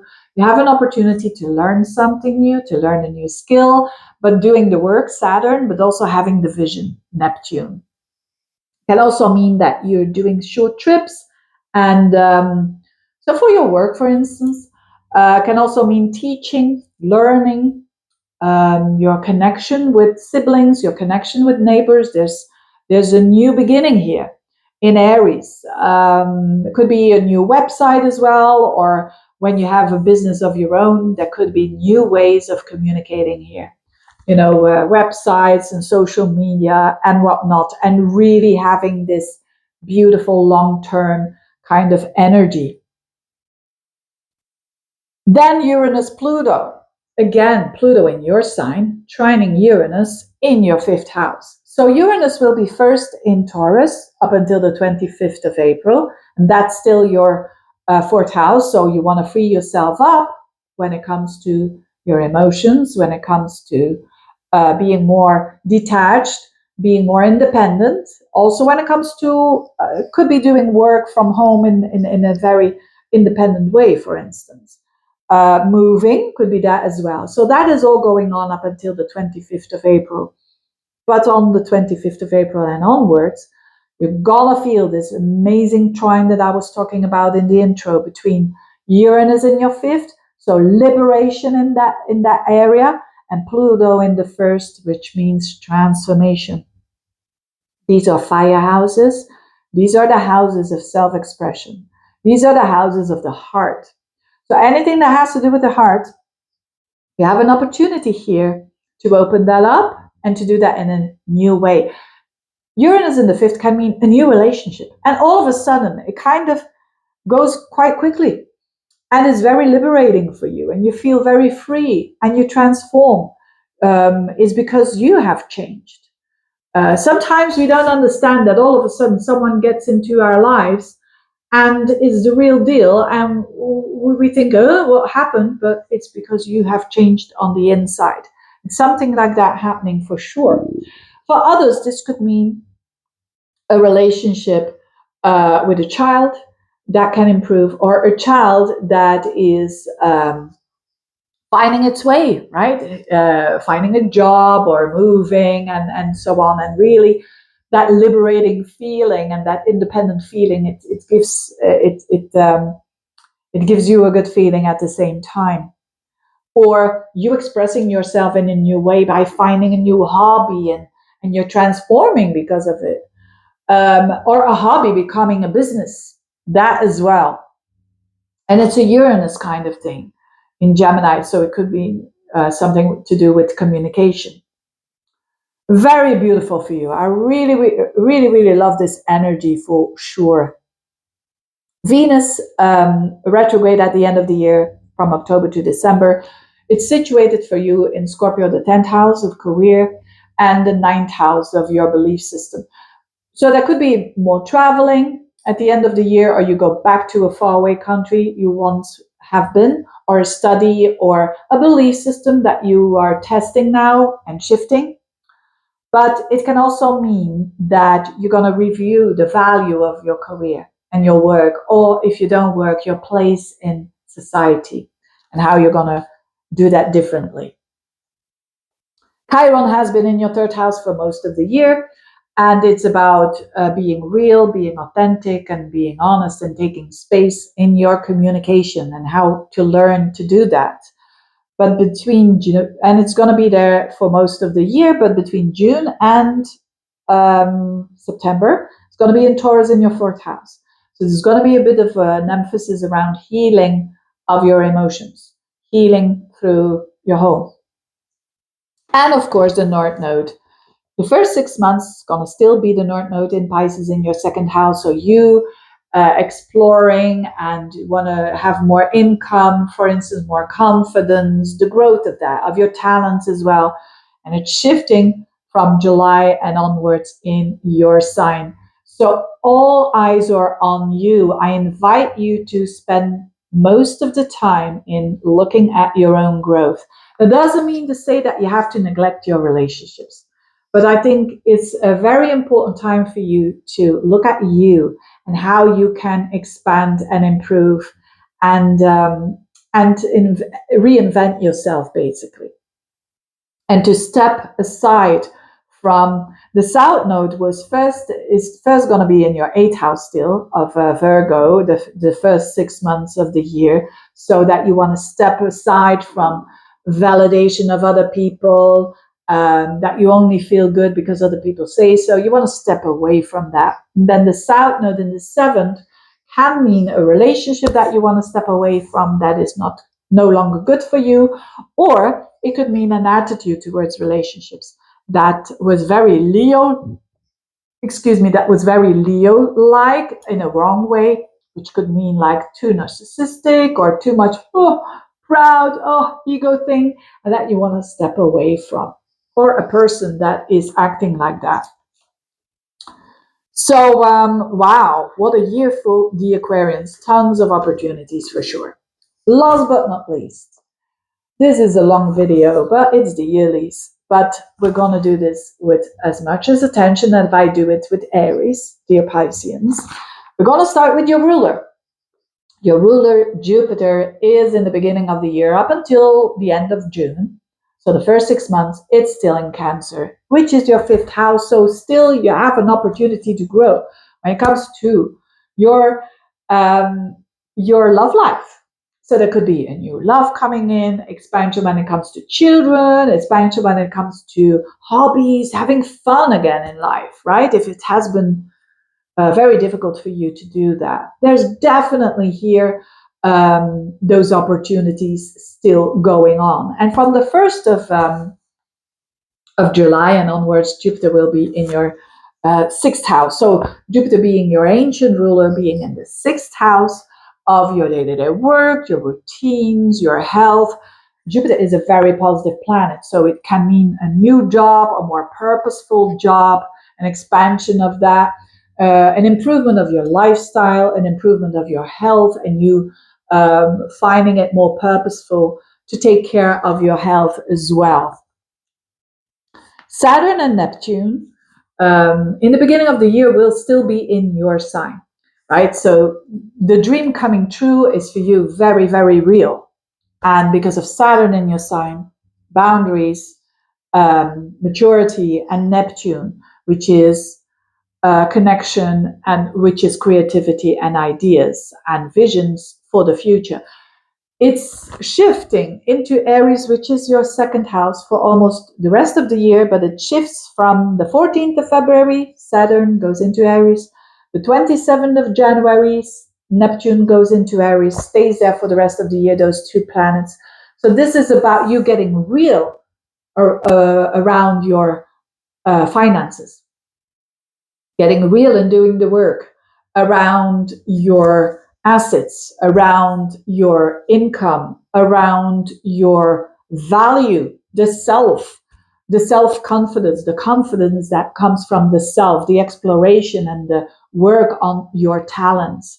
So there could be an improvement here, a new talent, a new way of financial setup that suits you better, that is more realistic, but at the same time that gives you a long perspective in a positive way. Very interesting for the Pisceans. And then, of course, this beautiful Uranus-Pluto trine. This is happening in your water houses. So you're going to have Pluto. It's already there for a while in Aquarius, where the transformation of your subconscious, basically, it is the total transformation of old patterns from generations and generations that you subconsciously have taken over and that you can let go of. And it's like alchemy. You understand it, you let go of it, and you find something positive out of it. And this is trining Uranus in your fourth.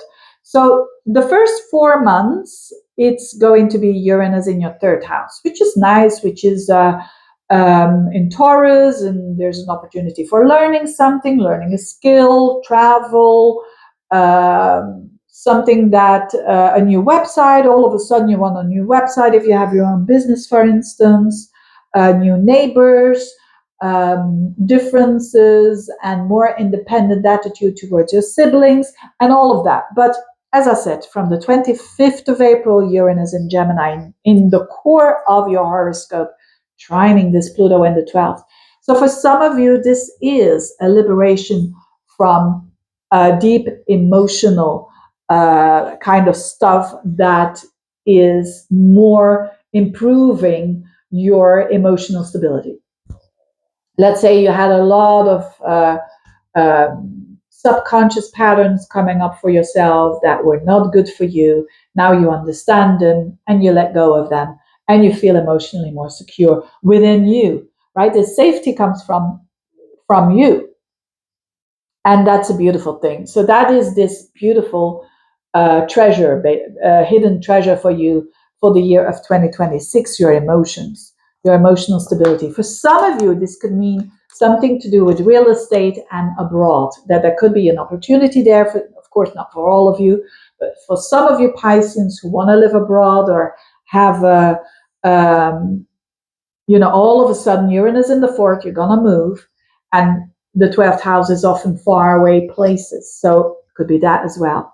But there's a lot of liberation for you in your emotions and in your patterns. And when that is happening, and you probably have been working for that for a long time, that is what trines are all about. It seems like it's getting out of the blue. Now, all of a sudden, you feel emotionally more secure and you don't know why this is happening. Is it hormones? What's going on with me? But this is because of the work that you did before. Very, very beautiful. Then Venus in Scorpio and Venus in Libra at the end of the year. So it's going to be in your 9th and 8th house. And of course, when it's in Scorpio, it forms a beautiful trine with your energy. So this could mean a travel that you're doing again, a faraway place that you've been already in before, it's a Venus retrograde, or a study that you take up again. Some social media that you're going to do where you reach a lot of people, a love that is coming into your life by traveling or connecting with someone from abroad, or someone from a different background. And in the 8th, it also shows here an opportunity for more intimacy, for vulnerability as well. So for true relationships on a deep level. For some of you, if you say, Veerle, I have a very bad relationship, and this could mean an end of a relationship as well. But again, this is only when you know your situation. At the end of the year, there could be a re-evaluation of that. It's also financial when you share resources with another person. There could be something happening there. Venus in the 8th going retrograde, or an inheritance, a tax return on investment. You have to look at it again, and there is a re-evaluation of some sorts. Chiron has been in Aries in your 2nd house for a long time. It's going to be doing that in 2026 again. So you heal through the confidence, through working on the self, to working on your talents, to working on your financial situation. And it's going to be in your 3rd house, tiptoeing from June to June to September. And that is going to be more an emphasis on healing through your connections with neighbors, siblings, people in the neighborhood. And the 3rd house is also learning something new, teaching something new, and healing because of that, or communicating in a way that is more healing for you. The first 6 months, of course, you're going to still have the North Node in your sign, and then it shifts into Aquarius. But that means definitely the first 6 months, dear Pisceans, still the emphasis on you, the emphasis on Pisces. That doesn't mean to say that you cannot connect with others and you don't take into account other people's needs or whatever. No, but it means focus on you, focus on your dreams. And certainly the first 6 months, what do you want? What do you want to do? What is your life path? Make that goal setting. It's going to give you a lot, because it's the intention behind it that is so important. The South Node in the 7th house means the first 6 months there could be relationships that you're stepping aside from, a romantic one, a business partner relationship, or at least an attitude that you did in relationships that you think it's not healthy for me to do that. Whether it is you wanting the relationship to be perfect, or whether it is you sacrificing yourself too much and the other one taking too much, whatever it is, there is this release here. And the North Node shifts into Aquarius in your around the end of July and the rest of the year. So that's going to be in your 12th house. So here you want to focus on your blind spots. You want to be careful that you don't want to escape in life. You want to be careful that you don't want to detach because you cannot handle and you put your head in the sand. No, you want to still see the blind spots and understand them so that you can release them, because that's the beauty of North Node in the 12th. You don't want to make the 12th house bigger in escapism. No, you want to understand it better on a more logical, analytical way. You know, it's Aquarius after all. And you want to step away from old routines, old habits that were no longer suiting you.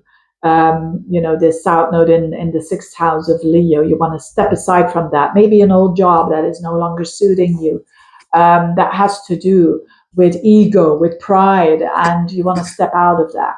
And you want to improve your life because of that. Anyway, what a year for also the Pisceans. Lots of opportunities here, lots of good vibes. Tap into them as much as you can. Anyway, thank you so much for watching. Thank you so much for all the appreciation that I'm getting through these videos. Thank you for watching. Thank you for subscribing, liking. I put a link below for readings if people want to have a reading and want to have a look at where this is happening. And I wish you all the best. Bye-bye.